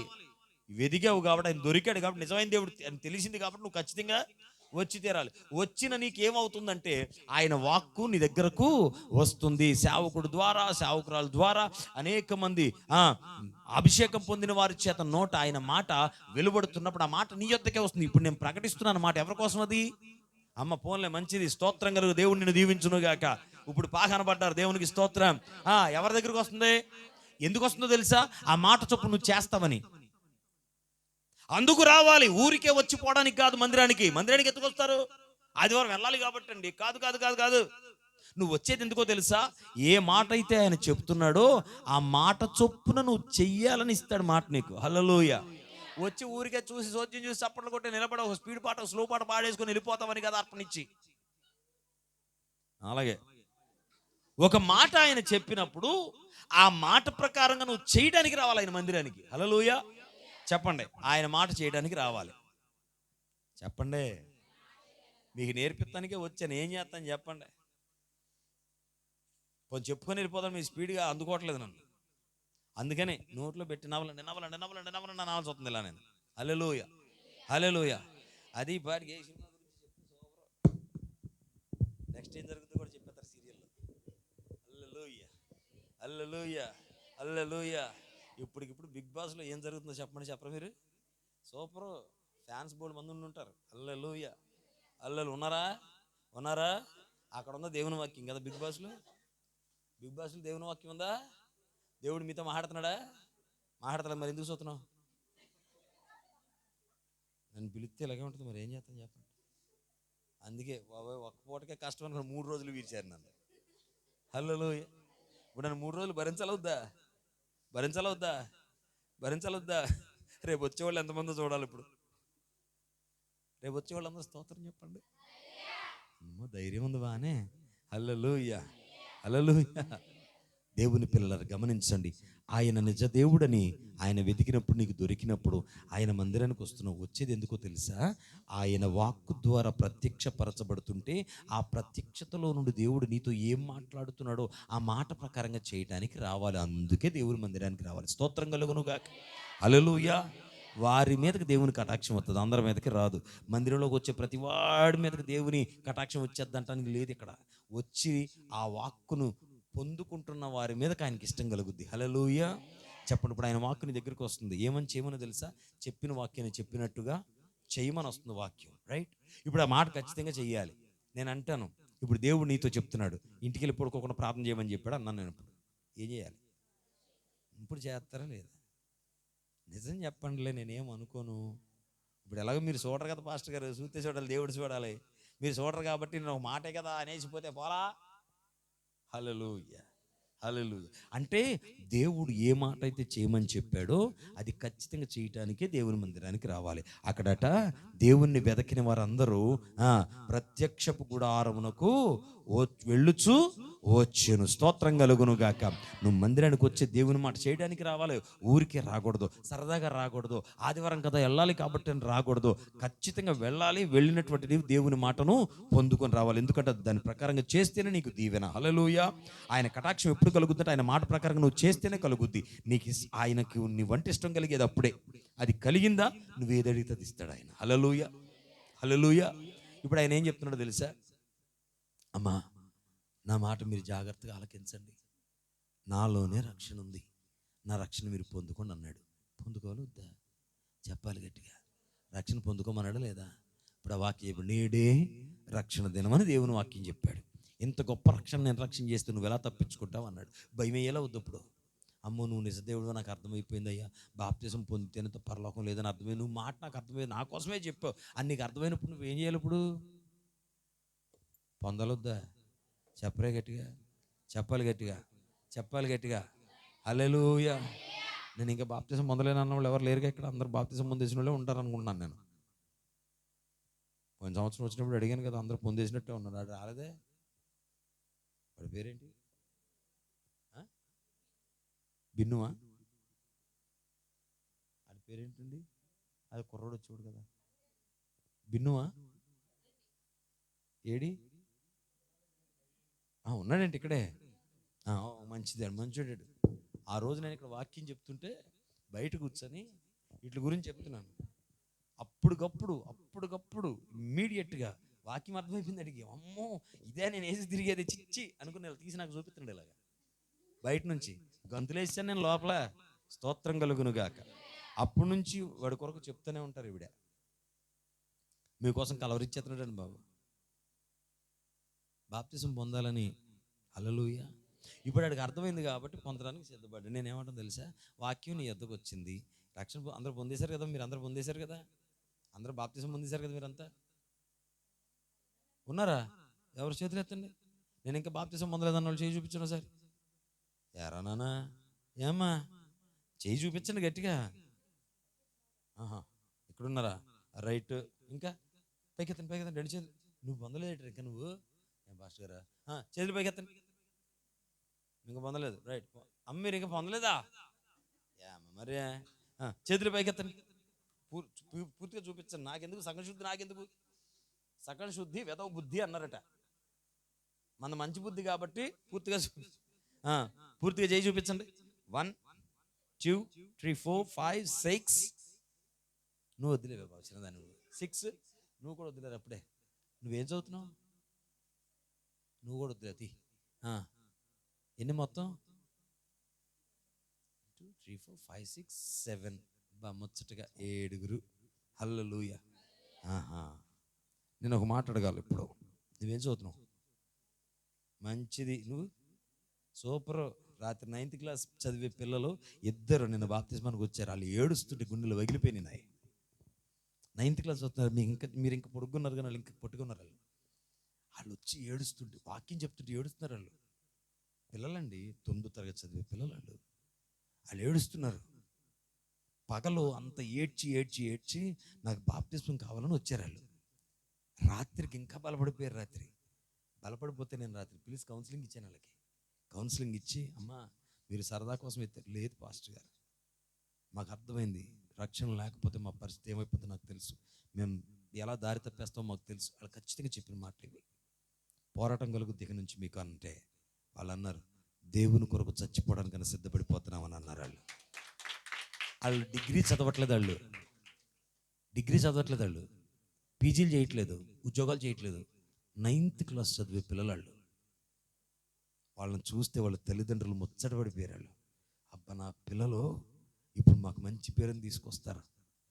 వారంటే దేవుడికి ఇష్టం అవుద్ది. స్తోత్రం, హల్లెలూయా. వాళ్ళ కళ్ళలో, నేను వచ్చేటప్పుడు వాళ్ళ కళ్ళల్లో చూస్తే అప్పుడే వెళ్ళిపోతున్నారు. ఇంకా మాకు వాకింగ్ కావాలన్నంత భావన భరించలేకపోయాను నేను. హల్లెలూయా. నేను అంటాను 7 ఉన్నారు ఇక్కడ. నేను అడుగుతాను, ఎన్ని సంవత్సరాల నుంచి మందిరానికి వస్తున్నారు?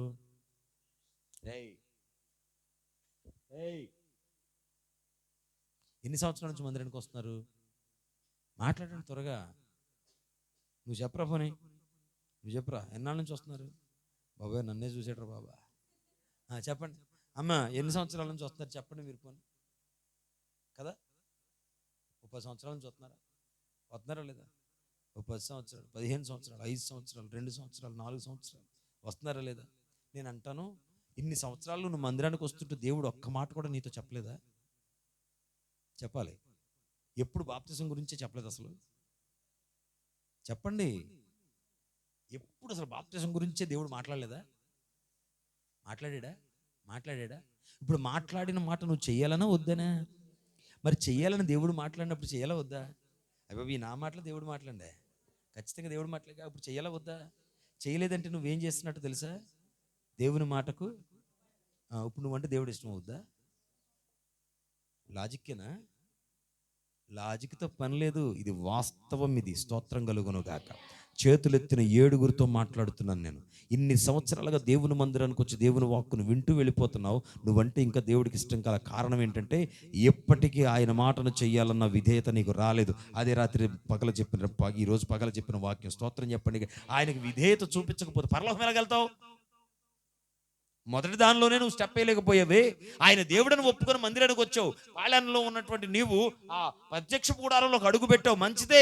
ఆ ప్రత్యక్ష గుడారం అనబడిన మందిరంలోకి అడుగు పెట్టిన నీతో దేవుడు తన వాక్కును నేరుగా ప్రకటిస్తూ, రక్షణ లేకపోతే నీకు నాశనం ఉంది, పరలోకం లేదు అని దేవుడు చెప్తున్నప్పుడు, ఆ పరలోకానికి ఎక్కడానికి, రక్షణ పొందకుండా ఇంకా మాటల పక్కకు దోసేసి తర్వాత చూద్దామని అనుకుని కూర్చుంటే, నువ్వు దేవుని మాటకు లోబడినటువంటి ప్రజగా ఉన్నప్పుడు ఆయనకు నువ్వంటే ఇష్టం ఎలా కలుగుద్ది? నువ్వు మోసేవా? ఇది ఒక రోషంగా తీసుకోవాల్సిన మాట. ఇది నేను ఎవరిని తిట్టడానికి రాలా, దేవుని మాటను ప్రకటించడానికి. దేవుని మాట అన్నీ కూడా దెబ్బలే కొడతాయి. ఆయన మాట సుత్తి వంటిది, అంతేగా. హల్లెలూయా. చెప్పండి, ఇంకెన్నాళ్ళు చేద్దాం? ఎన్ని సంవత్సరాలుగా ఇస్తున్నాడు మీకు మాట? హల్లెలూయా. ఎప్పటికీ నీకు రోషం రాకపోతే నువ్వు ఎన్ని సంవత్సరాలుగా మందిరానికి వచ్చిపోతున్నా అవన్నీ లెక్కలోకి ఖచ్చితంగా రావు. నువ్వెంత పరిచర్య చేసినా దేవుడు లెక్కలోకి తీసుకోడు. ఎంత అర్పణించినా దాన్ని లెక్కలోకి తీసుకోడు. నువ్వు ఎంత ప్రార్థన చేసినా ఎంత కూడా పైకి పోదు. కారణం ఏంటంటే, మొదట నువ్వంటే ఇష్టం దేవుడికి కలగాలి. నువ్వు ఇష్టమైతేనే నీ మాట దేవుడిని చేస్తానంటాడు. హల్లెలూయా. ఇప్పుడు చెప్పండి, ఇది నాదేనా మాట కాదా? ఎవరిదే? అది నాది కాదు. ఇది నాదైతే మీరు చేయక్కర్లా. ఎవరిది ఇది? ఏం చేద్దాం చెప్పరా? నీ పేరేంటి? అందుకే నవ్వుతున్నావా? ఇప్పుడు స్మైలీని అడుగుతున్నాను, ఏం చేద్దాం చెప్పండి? దేవుని మాట నీ దగ్గరికి వచ్చింది, ఆయన నిజదేవుడే నీకు అర్థమైపోయింది, ఆయన నీ కొరకు చచ్చిపోయాడని నీకు తెలిసిపోయింది, చచ్చిపోయి తిరిగి లేచాడని అర్థమైపోయింది, ఆయన రక్తము చిందించేది నీ పాపాలు కడుక్కోవడానికి అని అర్థమైపోయింది. ఆయన పాపాలు నువ్వు కడుక్కోకపోతే నీకు పాపక్షమాపణ లేదు, లేకపోతే పరలోక రాజ్య ప్రాప్తి లేదని నీకు అర్థమైపోయింది. ఇప్పుడు నువ్వేం చేయాలి మరి? పాపాలు కడుక్కోలేవద్దా? కడుక్కున్న తర్వాత దానికి సాదృశ్య రూపమైన లేదా క్రియారూపమైన బాప్తిజం పొందలవద్దా? మాట్లాడరే మాట్లాడరే పొందాలొద్దా? నువ్వు పొందకపోతే ప్రమాదమా, పొందితే ప్రమాదమా? ఇప్పుడు ఏం చేయాలో చెప్పండి మరి? ఇప్పుడు ఏదో నేను బలవంతంగా చేసేస్తున్నట్లేదు, ఇది నాకేం కర్మ, ఇది వాక్యము నీకు అర్థమైతే నువ్వేం చేయాలి? అందుకనే బలవంతపు వృద్ధుడు నాకు అవసరం లేదు, ఉద్రేకంతో తీసుకునేది అసలు అవసరం లేదు నాకు.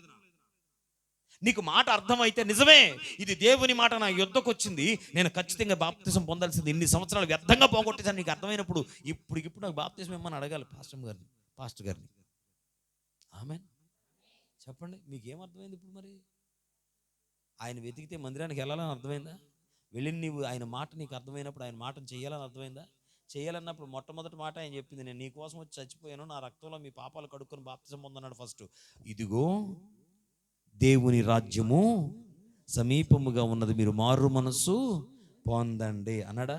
మారు మనసు పొందిన తర్వాత వెంటనే చేయాల్సింది పేతురు గారు చెప్పేశాడు, ఇమ్మీడియట్గా బాప్తిజం పొందండి. అది మాట. ఇంకొక మాటలో the very first step you have to do ఏంటంటే బాప్తిజం. ఇప్పుడు చెప్పండి ఏం చేద్దాం? నీ పేరేంట్రా? అక్షిత. ఏం చేద్దాం రా? మమ్మీని అడుగుదామా, డాడీని అడుగుదామా? ఎవరు పర్మిషన్ తీసుకుందాం ఇప్పుడు? చెప్పాలి, ఎవరు పర్మిషన్ తీసుకుందాం? ఎవరు పర్మిషన్ అడిగి దేవుడు నీ కొరకు చచ్చిపోయాడు?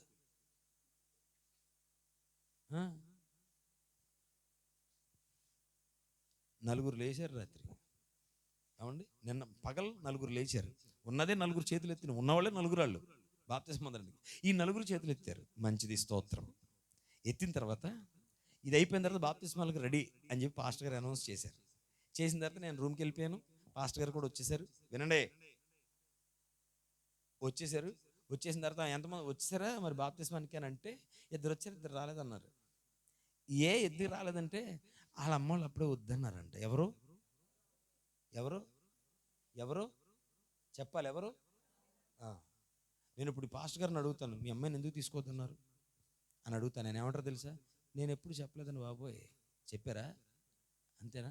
ఇప్పుడు దేవుని రాకడా ఎప్పుడో మీకు తెలుసా? ఆయనకి తెలుసు, ఎప్పుడు వస్తుందో తెలియదని మాత్రం తెలుసు ఆయనకి. ఎప్పుడు వస్తుందో తెలియదు అన్న మాట తెలుసు ఆయనకి.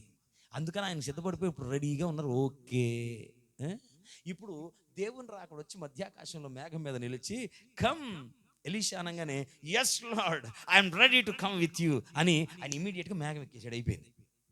ఎక్కేసిన తర్వాత వెంటనే దేవుడితో, మరి నా బిడ్డ అడిగితే ప్రభు అన్నాడు, ఎవరిని బిడ్డ అంటే, అదిగో ప్రభు అక్షిత్ అక్కడ ఉంది కదా.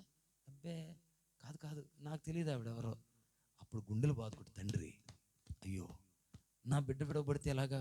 అప్పుడు కింద ఉండి బిడ్డ ఏమంటుందో తెలుసా? డాడీ నాకు కూడా ఇష్టం, నేను కూడా వస్తాను డాడీ, నన్ను కూడా తీసుకెళ్ళవా అని అడుగుతుంటే, ఇది ఏదో కథగా చెప్పడానికి కాదు నేను చెప్పేది, లేకపోతే మిమ్మల్ని ఉద్రేక పరిచేసి తీసుకోవాలన్నది కాదు. దేవుని వాక్య భారము లేకపోతే బరువును తెలుసుకుంటారని చెప్తున్నాను ఈ మాట. అప్పుడు గుండెలు బాదుకుని, డాడీ మమ్మీ నేను కూడా వస్తాను, నన్ను కూడా తీసుకెళ్ళరంటే, అయ్యా నీకు బాప్తిసం లేదంటమ్మా, దేవుడు ఒప్పుకోవట్లేదమ్మా అని దేవుడు వైపు దీనంగా చూస్తున్న సేవకుడిని చూసి కూడా దేవుడు కరుణించడు. విడిచిపెట్టబడతారు. హల్లెలూయా. నేను అంటాను, 7 విడిచిపెట్టబడితే నీ తల్లిదండ్రులు ఎక్కి వెళ్ళిపోతున్నప్పుడు నువ్వు చూసి చక్కగా సంతోషపడగలవా? అప్పుడు ఒకవేళ సంతోషపడితే నీ వెనకాల రెడీగా ఉంటాడు, సంతోషపడి ఇంకెంతోసేపు లేదు, నువ్వు నాతో రావాల్సిన టైం వచ్చింది అని ఉంటాడు ఒకడు. ఎవడో తెలిసాడు? వాడిని పట్టుకొని తీసుకెళ్ళడానికి రెడీగా ఉన్నాడు. నువ్వు ఆయన మందిరానికి ఎందుకు రావాలో తెలుసా? ఆయన మాట చొప్పున చేయడానికి రావాలి. ఆయన మాట ఇప్పుడు వెలువడింది, దాని ప్రకారంగా నువ్వు చేయాలి. ఇంకా బోళ్ళంత ఉంది. కటాక్షం ఎవరికి చూపిస్తారు ఇంకా చెప్పాలి. ఇంకో 2 మిగిలిపోయినాయి నాకు, రేపొద్దున చెప్తాను. ఇప్పుడు సమయం చాలా అయింది కదా, ఇప్పుడు చెప్తే ఇంకా టైం ఎక్కువ అవుతుంది. కానీ ఈరోజు ఈ రక్షణ వరకు నిలుద్దాం. హల్లెలూయా. చెప్పాలి గట్టిగా, చెప్పాలి గట్టిగా. ఇప్పుడు చెప్పండి, దేవుని వాక్కు నీ ఎద్దుకు వస్తుందా లేదా? వచ్చేది చెయ్యాలన్నా చేయకూడదనా? చేస్తారా లేదా? చేస్తారా లేదా? చేస్తారా లేదా? ఏదో నేను కత్తి పేక మీద పెట్టి చేస్తారా లేదా అని అడిగినట్టుంది. నాకు ఎందుకు వచ్చిన కర్మది? లోపల హృదయాలు మండాలి. ఇద్దరు అమ్మాయి మార్గంలో వెళ్ళిపోతున్నారట. వారితో దేవుడు కూడా వెళ్తున్నాడట. కానీ దేవుడు అన్న సంగతి వాళ్ళు గ్రహించలేకపోయారు. ఎప్పుడైతే రొట్టె విరిచి మొత్తం అంతా చేస్తున్నారో అప్పుడు కళ్ళు తెరుచుకున్నాయట. అంటాడు, మీతో మాట్లాడుతున్నాడు, మీ హృదయాలు మండలేదా? ఆయన మాట నీకు అర్థమైతే, నీకు తెలిస్తే, ఈరోజు నీ హృదయం మండితే అలా ఆలస్యం చేయవు. నేను ఏమంటాను తెలుసా? రేపు తీసుకుందానండి, ఇప్పుడు చీకటి పడిపోయిందని కూడా అనవు. ఫిలిప్ ఏమన్నాడు తెలుసా? ఫిలిప్ ఏమన్నా, నీకు బాప్తిజం ఇచ్చేతాను రా అనడా లేదా? అనడా? నా బైబిల్లో అలా లేదు. చదువుకుంటున్నాడు నపుంసకుడు రథంలో కూర్చొని. ఫిలిప్ వచ్చాడు, హలో సార్, ఏంటి చదువుతున్నారు? యెషయా గ్రంథం చదువుతున్నానయ్యా. అవునా, మీకు అర్థమైందా? ఎక్కడ అర్థమవుతుంది? నాకు ఏం అర్థం కావట్లా, చెప్పేవాడు ఏమైనా ఉంటే కదా అర్థం అవడానికి అన్నాడు. కెన్నయ్య అన్నాడు. అయ్యో కమాన్ చెప్పేవాడే కావాలి, రండి చెప్పండి అన్నాడు. అంతే, ఎక్కేశాడు. దాని గురించి వివరం చెప్పేశాడు. అర్థమైపోయింది. ఆపరథం అన్నాడు. ఎందుకు ఆపమన్నాడు? ఫిలిప్కి తెలియదు, ముందు చెప్తున్నాను ఊరికి అనుకుందాం కాసేపు. ఆపో అన్నాడు. రథం ఆపేశాడు. అయ్యగో నీళ్లు కనపడుతున్నాయి, ఇదిగో నేను రెడీగా ఉన్నాను, నువ్వు ఇస్తావా లేదా అని అడిగాడు. అంతే సింపుల్గా. ఫిలిప్ నేను ఇస్తాను, ఆపుతావా రథం అని బ్రతిమలాడుకున్న సంఘటన ఎక్కడా లేదు. మాకు అంత గత్యం పట్టలేదు, మనం బ్రతిమలాడుకోవాల్సిన అవసరం మాకు అంతకంటే లేదు. వాక్యము చెప్పాలా, చెప్పేసాం, అయిపోయింది. ఇప్పుడు మండాల్సింది ఎవరు? నేనే అనండి. ఎవరు మండాలి? నువ్వు మండితే నీ తల జలమయమైపోద్ది. నువ్వు మండితే నీ కన్నులు నీటి ఊటలుగా మారిపోతాయి. అవి మారాయా, నీ పాపాలు నీ కళ్ళలోంచి నీళ్ల రూపంలో పోతాయి. స్తోత్రం చెప్పాలి గట్టిగా. నీళ్ల రూపంలో పాపాలు పోయి పాదాలు కడుగుతూ ఉంటే ప్రభు యొక్క కటాక్షముని మీదకి వచ్చినప్పుడు నువ్వంటే ఇష్టము కలిగి నిన్న రాజ్యానికి తీసుకెళ్ళడానికి దేవుడు సిద్ధపరిచేస్తాడు. దేవునికి స్తోత్రం చెప్పాలి గట్టిగా. హల్లెలూయా. ఈరోజు ఈ అవకాశాన్ని ఎంతమంది పోగొట్టుకుందాం అనుకుంటున్నారు? పోని. ఈరోజు ఈ అవకాశాన్ని ఎంతమంది చేజిక్కించుకుందాం అనుకుంటున్నారు? రెండిటికి ఏది మాట్లాడకపోరా? దేవుని వాక్యం ఊరికే నవ్వుకోవడానికి కాదు సుమా. ఊరికే కదా మీటింగ్లు పెట్టుకున్నది. ఏంటంట? ఉపవాస ఉజ్జీవ. My question is, what is revival? ఉజ్జీవం అంటే ఏంటి? ఉజ్జీవం అంటే మండించబట్టమా? అసలు రివైవల్ అన్నమాట బైబిల్ ఎక్కడదే? ఉజ్జీవింపబడుటకు అని ఉంటుంది అక్కడ యెషయా గ్రంథంలో. దాని అర్థం ఏంటో తెలుసా? రివైవల్ అనే పదానికి అర్థం ఏంటో తెలుసా? ఆధ్యాత్మికంగా చచ్చిపోయినటువంటి స్థితిలో ఉన్నవారు తిరిగి ఆత్మీయంగా బ్రతకడము. స్తోత్రం చెప్పండి గట్టిగా. హల్లెలూయా. నువ్వు అసలు ఆత్మీయతలో చచ్చిపోవడానికి అసలు బాప్తిజమే మొదట్లేదు. నీకు పూర్తిగా చచ్చిన స్థితిలోనే ఉన్నారు. జాగ్రత్తగా ఆలోచన చేయాలి దేవుని పిల్లలారా. ఈరోజు నువ్వు ఉజ్జీవాన్ని పొందాలంటే, ఈ ఉజ్జీవం అనే మాట సంపూర్ణంగా నీలో కనపడాలంటే ద వెరీ ఫస్ట్ స్టెప్ అది బాప్తిస్మము. స్తోత్రం కలుగునుగాక. నువ్వు పాపం చేసావు, ఒప్పుకొని విడిచిపెట్టాలి. విడిచిపెట్టినటువంటి ఆ పాపాల విషయమై క్రియారూపంలో బాప్తిస్మం ఖచ్చితంగా పొంది తీరాలి. అది పొందితేనే తప్ప నీ రికార్డులో నీ పేరు ఉండదు. స్తోత్రం చెప్పండి. కాలేజీ చదువుకునే వాళ్ళు రిజిస్టర్లో పేరు ఉంటే వెళ్తారా? పేరు లేకుండా కూడా వెళ్తారా? ఖచ్చితంగా వెళ్ళాలి. రేషన్ తీసుకునేవాడు ఖచ్చితంగా కార్డు ఉంటేనే వెళ్తాడు, లేకపోతే వెళ్ళడు. కార్డు లేకుండా బుట్టట్టుకొని వెళ్ళిపోయి పోసేయంటే పోతాడు, తిడతాడు. ఏయ్ కార్డు ఏది అంటాడు. కార్డు లేదులే పోయి అంటే ఎలా పోస్తాడు? పోయిడు. కనీసం ఫ్రీ టికెట్ ఇవ్వాలన్నా సరే కార్డు చూపించాలి అడిగి. ఇప్పుడు ఫ్రీ టికెట్ వచ్చేసింది కదా, ఎక్కడ పడితే అక్కడ బస్సులు ఎక్కి వెళ్ళిపోతున్నారు. పొలోమని ఎక్కి అతను ఖాళీ ఉంటుంది బస్సులు. ఎక్కినా కూడా అడిగేం చూపించాలి? కార్డు లేకుండా. ఈ బస్సుకే కార్డు కావాలి, రేషన్కే కార్డు కావాలి, రిజిస్టర్లో కార్డు కావాలి, పెన్షన్కి కార్డు కావాలి. పరలోకి ఎట్లా వద్దా? ఫ్రీగా వచ్చేద్ది అనుకుంటున్నారా? ఆ కార్డు ఏంటో తెలుసా? ఫస్ట్ది ఐడెంటిటీ, బాప్టిజం. నువ్వు క్రీస్తు బిడ్డవే అనే నిర్ధారణ కలిగించే బాప్తిజం. స్తోత్రం చెప్పు గట్టిగా. ఈ కార్డు నీకు లేకపోతే నువ్వు అసలు పరలోకపు హక్కుదారువి కానే కాదు. జీవగ్రంథంలో పేరు ఎప్పుడు రాయబడదో తెలుసా? బాప్తిజం పొందినప్పుడు. హల్లెలూయా. అప్పుడు మీ పేర్లు జీవగ్రంథములో రాయబడును. స్తోత్రం చెప్పండి గట్టిగా. ఎవరి పేరు జీవగ్రంథమందు లేదో వాడు అగ్నిగుండంలో పడవేయబడును. ప్రకటన గ్రంథం. మీరు ఆలోచన చేయండి. ఇన్ని వచనాలు మనకు కనపడుతుంటే, ఎప్పటికీ దేవుని మాట నీకు ఎత్తుకొస్తుంటే, ఆ దేవుని మాట చేయాలనే మనసు నీకు రాకపోతే ఎన్ని సంవత్సరాలకు వచ్చి ఏం ప్రయోజనం? ఇప్పుడు మండించబడాలి కదా మనం. నేను అడుగుతాను, చెరువు ఎక్కడ ఉంది? ఇక్కడ ఎదురుకుండా ఉందా? వెళ్ళిపోదాం. ఇప్పటికిప్పుడు నాకు కావాలన్న వాళ్ళు ఎవరైనా ఉన్నారా? ఈ నైట్కి పడుకున్న తర్వాత తీరుబాటుగా ఆలోచన చేస్తాను. కళ్ళు మూసుకున్నప్పుడు దేవుడు ఏమైనా దర్శనం ఇస్తాడు? దేవుడు దర్శనం ఇస్తాడా? ఇంత నేరుగా దేవుడి మాటని నీకు ముందర పెట్టేసిన తర్వాత ఇంకా దర్శనం ఏం కావాలి నీకు? ఆలస్యం చేసే పని కాదు. ఇప్పుడు ఆ పిల్లలు అన్నారు, ఇప్పుడు మేము వచ్చేత మాకు ఇచ్చేయండి అని. హల్లెలూయా. 8th క్లాస్ చదివే పిల్లలు దేవుడు నాకు అప్పగించిన సంఘంలో రాజమండ్రిలో. ఈ మధ్యన వస్తారు వాళ్ళు. 8th క్లాస్ చదివే పిల్ల. దాన్ని ఎప్పుడో చిన్నప్పుడు చూసి ఎత్తుకున్నాను దాన్ని. మధ్యలో వాళ్ళు ఎక్కడో హైదరాబాద్ వెళ్ళిపోయారు, అటు వెళ్ళిపోయారు, తిరిగి మళ్ళీ రాజమండ్రి వచ్చారు. అది ఇప్పుడు 8th క్లాస్ చదువుతుంది.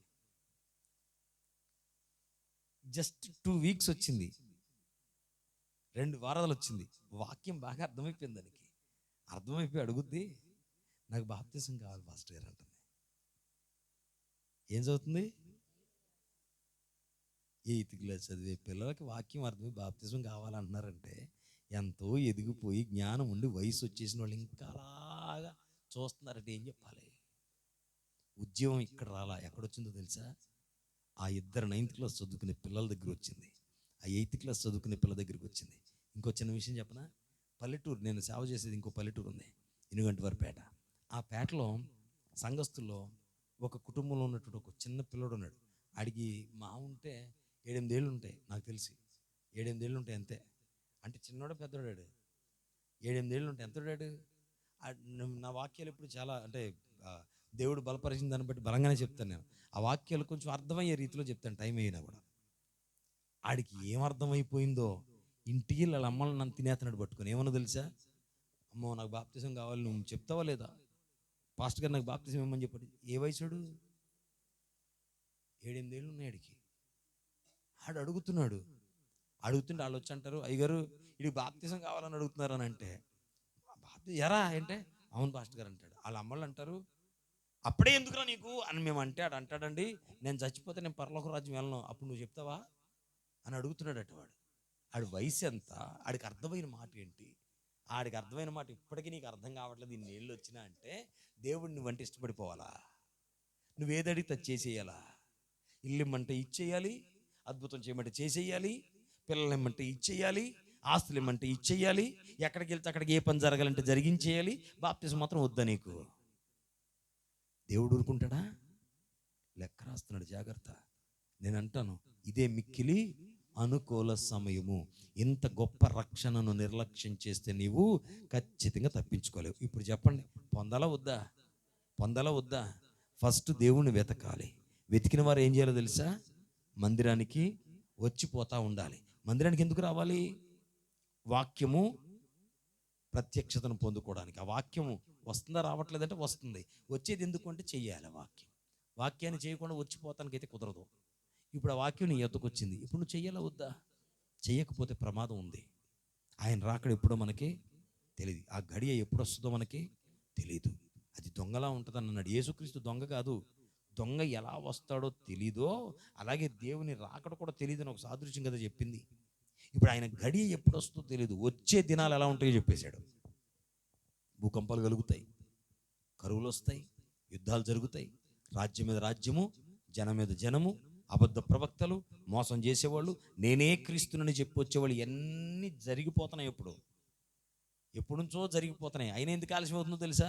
నువ్వు ఇంకా రక్షణ పొందలేదుగా. దేవుడికి ఎవరు నశించిపోవడం. ఇలాంటి వాళ్ళు ఇప్పుడు ఏమనుకుంటారో తెలుసా? ఓహో నేను రక్షణ పొందలేదు కాబట్టి ఇంకా రాలేదు, అయితే నేను పొందే వరకు రాదనమాట దేవుని రాకడ. పిచ్చి ఆలోచన చేయకండి. దేవుని వాక్యం నీ యొద్దకు వచ్చే వరకు దేవుడు చూస్తాడు. వచ్చిన తర్వాత ఇంకా కొంచెం గ్రేస్ పీరియడ్ ఇస్తాడు, కనీసం పొందుతాడు. ఇప్పుడు వరకు చాలా సంవత్సరాలు ఇచ్చాడు నీకు. ఇప్పటికి నువ్వు మారు మనసు పొందకపోతే ఇంకా ఎందుకు ఆలస్యం చేయాలి దేవుడు? అందుకే అంటాడు పేతురు పత్రికలో, మీరు ఇంకా మారు మనసు పొందలేదు కాబట్టి ఆయన రాకడ ఆలస్యం అవుతుందని. అలాగని పొందేంతవరకు ఎదురు చూడ్డు. అయిపోయింది టైము, చాలా సమీపంగా వచ్చేసింది దేవుని రాకడ. ఇప్పటికి నువ్వు సిద్ధపడి లేకపోతే ప్రమాదం పొంచి ఉంది, నీ వాకిట ముంగిట ఉంది, జాగ్రత్త. ఇప్పుడు ఏం చేయాలో తెలుసా? రక్షణ మరి సమీపంగా నీకు వచ్చేసింది. స్తోత్రం చెప్పాలి గట్టిగా. ఈ రక్షణ పొందుతావో లేదు నీ చేతిలో ఉంది. ఎవరిని అడగాల్సిన పని లేదు. నేను అంటాను, ఎవరు ఆకలాలది. మా అమ్మ ఒప్పుకోదు, మా నాన్న ఒప్పుకోడు, ఎన్ని అబద్ధాలు ఇవి.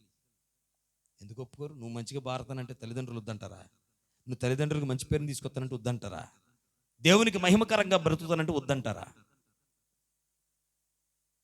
మరి ఎందుకంటే నేనే కొంచెం మరి ఫ్రెండ్స్, మరి స్నేహితులు, మరి బయటికి వెళ్తూ ఉంటాను, కొంచెం మరి పనులు, కొంచెం అయ్యి అప్పుడప్పుడు అబద్ధాలు, అప్పుడప్పుడు మరి మోసం చేస్తుంటాను అమ్మోళ్ళని నాన్నోళ్ళని, మరి ఇవన్నీ జరుగుతూ ఉంటాయి కదా. అవును, జరుగుతాయి.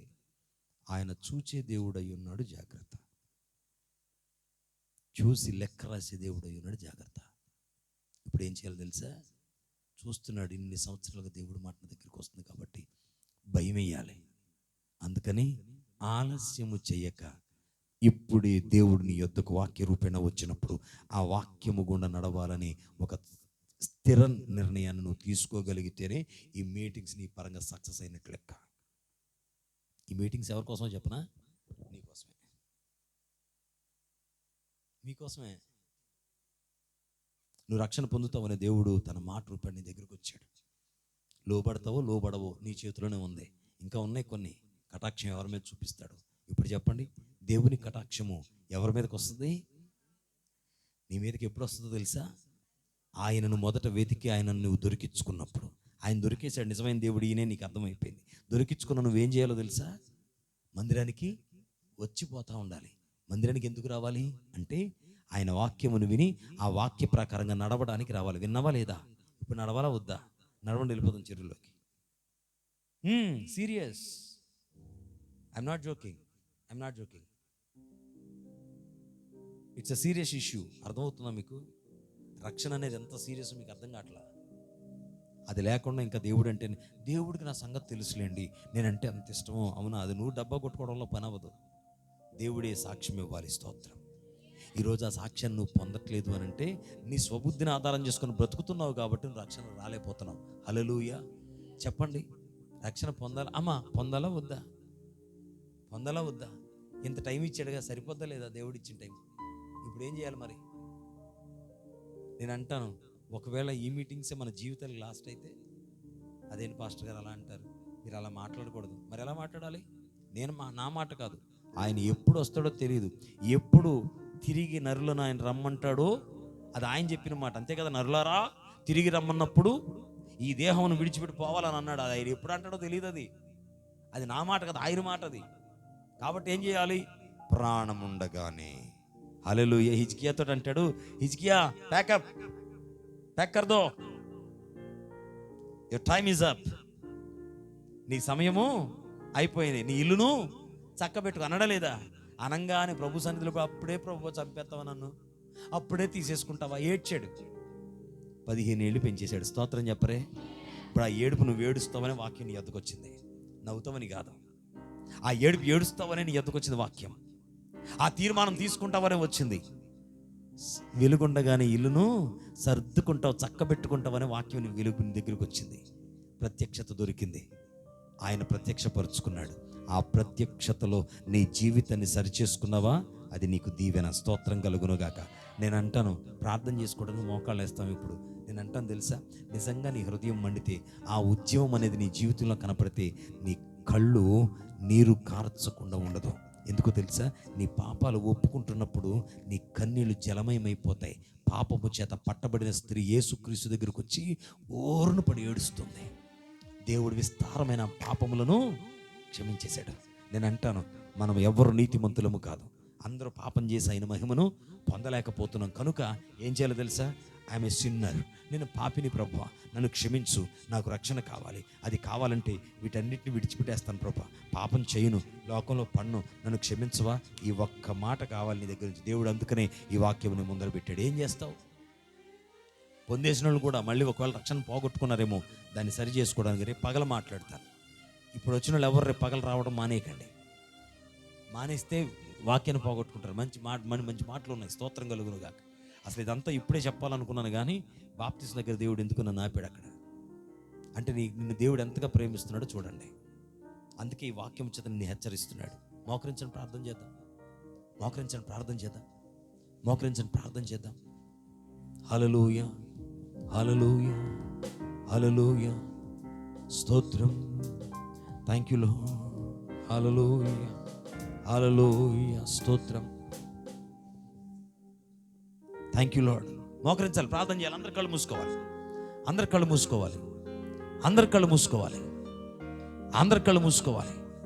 అందరూ ప్రార్థనలోకి వెళ్ళిపోవాలి. బాప్తిస్మం లేని వాళ్ళు ఈరోజు హెచ్చరించబడ్డారు. ఇప్పుడు రోషంతో ప్రభు సన్నిధిలో కన్నీరు కార్చడం మొదలు పెట్టాలి. ఏదో ఆడతా పాడతా భక్తి చేద్దామని అనుకుంటే ఆ భక్తి దేవునికి ఇష్టం అవ్వదు. ఖచ్చితంగా నువ్వంటే దేవుడికి ఇష్టం అవ్వాలి. ప్రియ తల్లి, చెల్లి, తమ్ముడా, నువ్వంటే దేవుడికి ఇష్టం అవ్వాలి. ఇష్టం అవ్వాలంటే దేవుని వాక్యం నీ యొద్దకు వచ్చింది. నువ్వు మారు మనసు పొందకపోతేలా? నువ్వు మారు మనసు పొందకపోతేలా? చెయ్యాలి, ప్రార్థన చేయాలి, ప్రార్థన చేయాలి, ప్రార్థన చేయాలి. హల్లెలూయా. ప్రార్థన చేయాలి. అందరూ స్వరాలు తెరవాలి, నోరులు తెరవాలి, నోరులు తెరవాలి. ఎవరు మౌనంగా ఉండొద్దు. ఈరోజు ఎవరు మౌనంగా ఉండొద్దు. ఆత్మీయంగా చచ్చిన స్థితిలో ఉన్న ప్రతి ఒక్కడు ఈరోజు బ్రతకాలని దేవుడు కోరుతూ ఉన్నాడు. ఎస్, ఆయన కటాక్షము నీ మీదకి రావాలి. ఆయన కటాక్షము నీ మీదకి రావాలి అంటే నువ్వంటే ఇష్టం కలగాలి. అంటే ఆయన చెప్పింది నీవు ఖచ్చితంగా చేసి తీరాలి. ఈరోజు అంటున్నాడు, చేయగలవా? చేయగలవా? హల్లెలూయా, స్తోత్రం, హల్లెలూయా. చెప్పాలి గట్టిగా, చెప్పాలి గట్టిగా.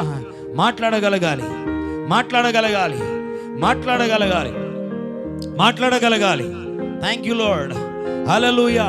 మాట్లాడగలగాలి. ప్రభువా, ఇన్నాళ్ళు నీ మాటను నేను చెవిని పెట్టలేదయ్యా, నన్ను క్షమించు ప్రభువా. ఇన్నాళ్ళు నీ మాటను నేను చెవిని పెట్టలేదు.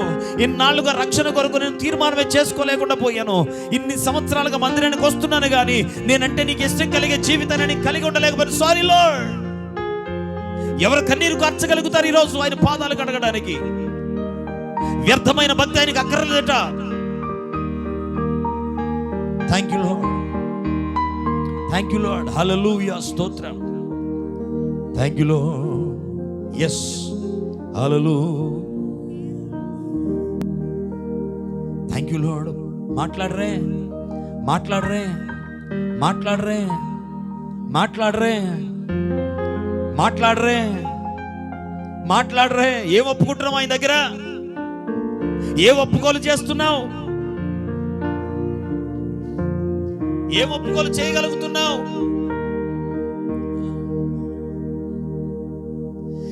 ఎన్నాళ్ళు నీవు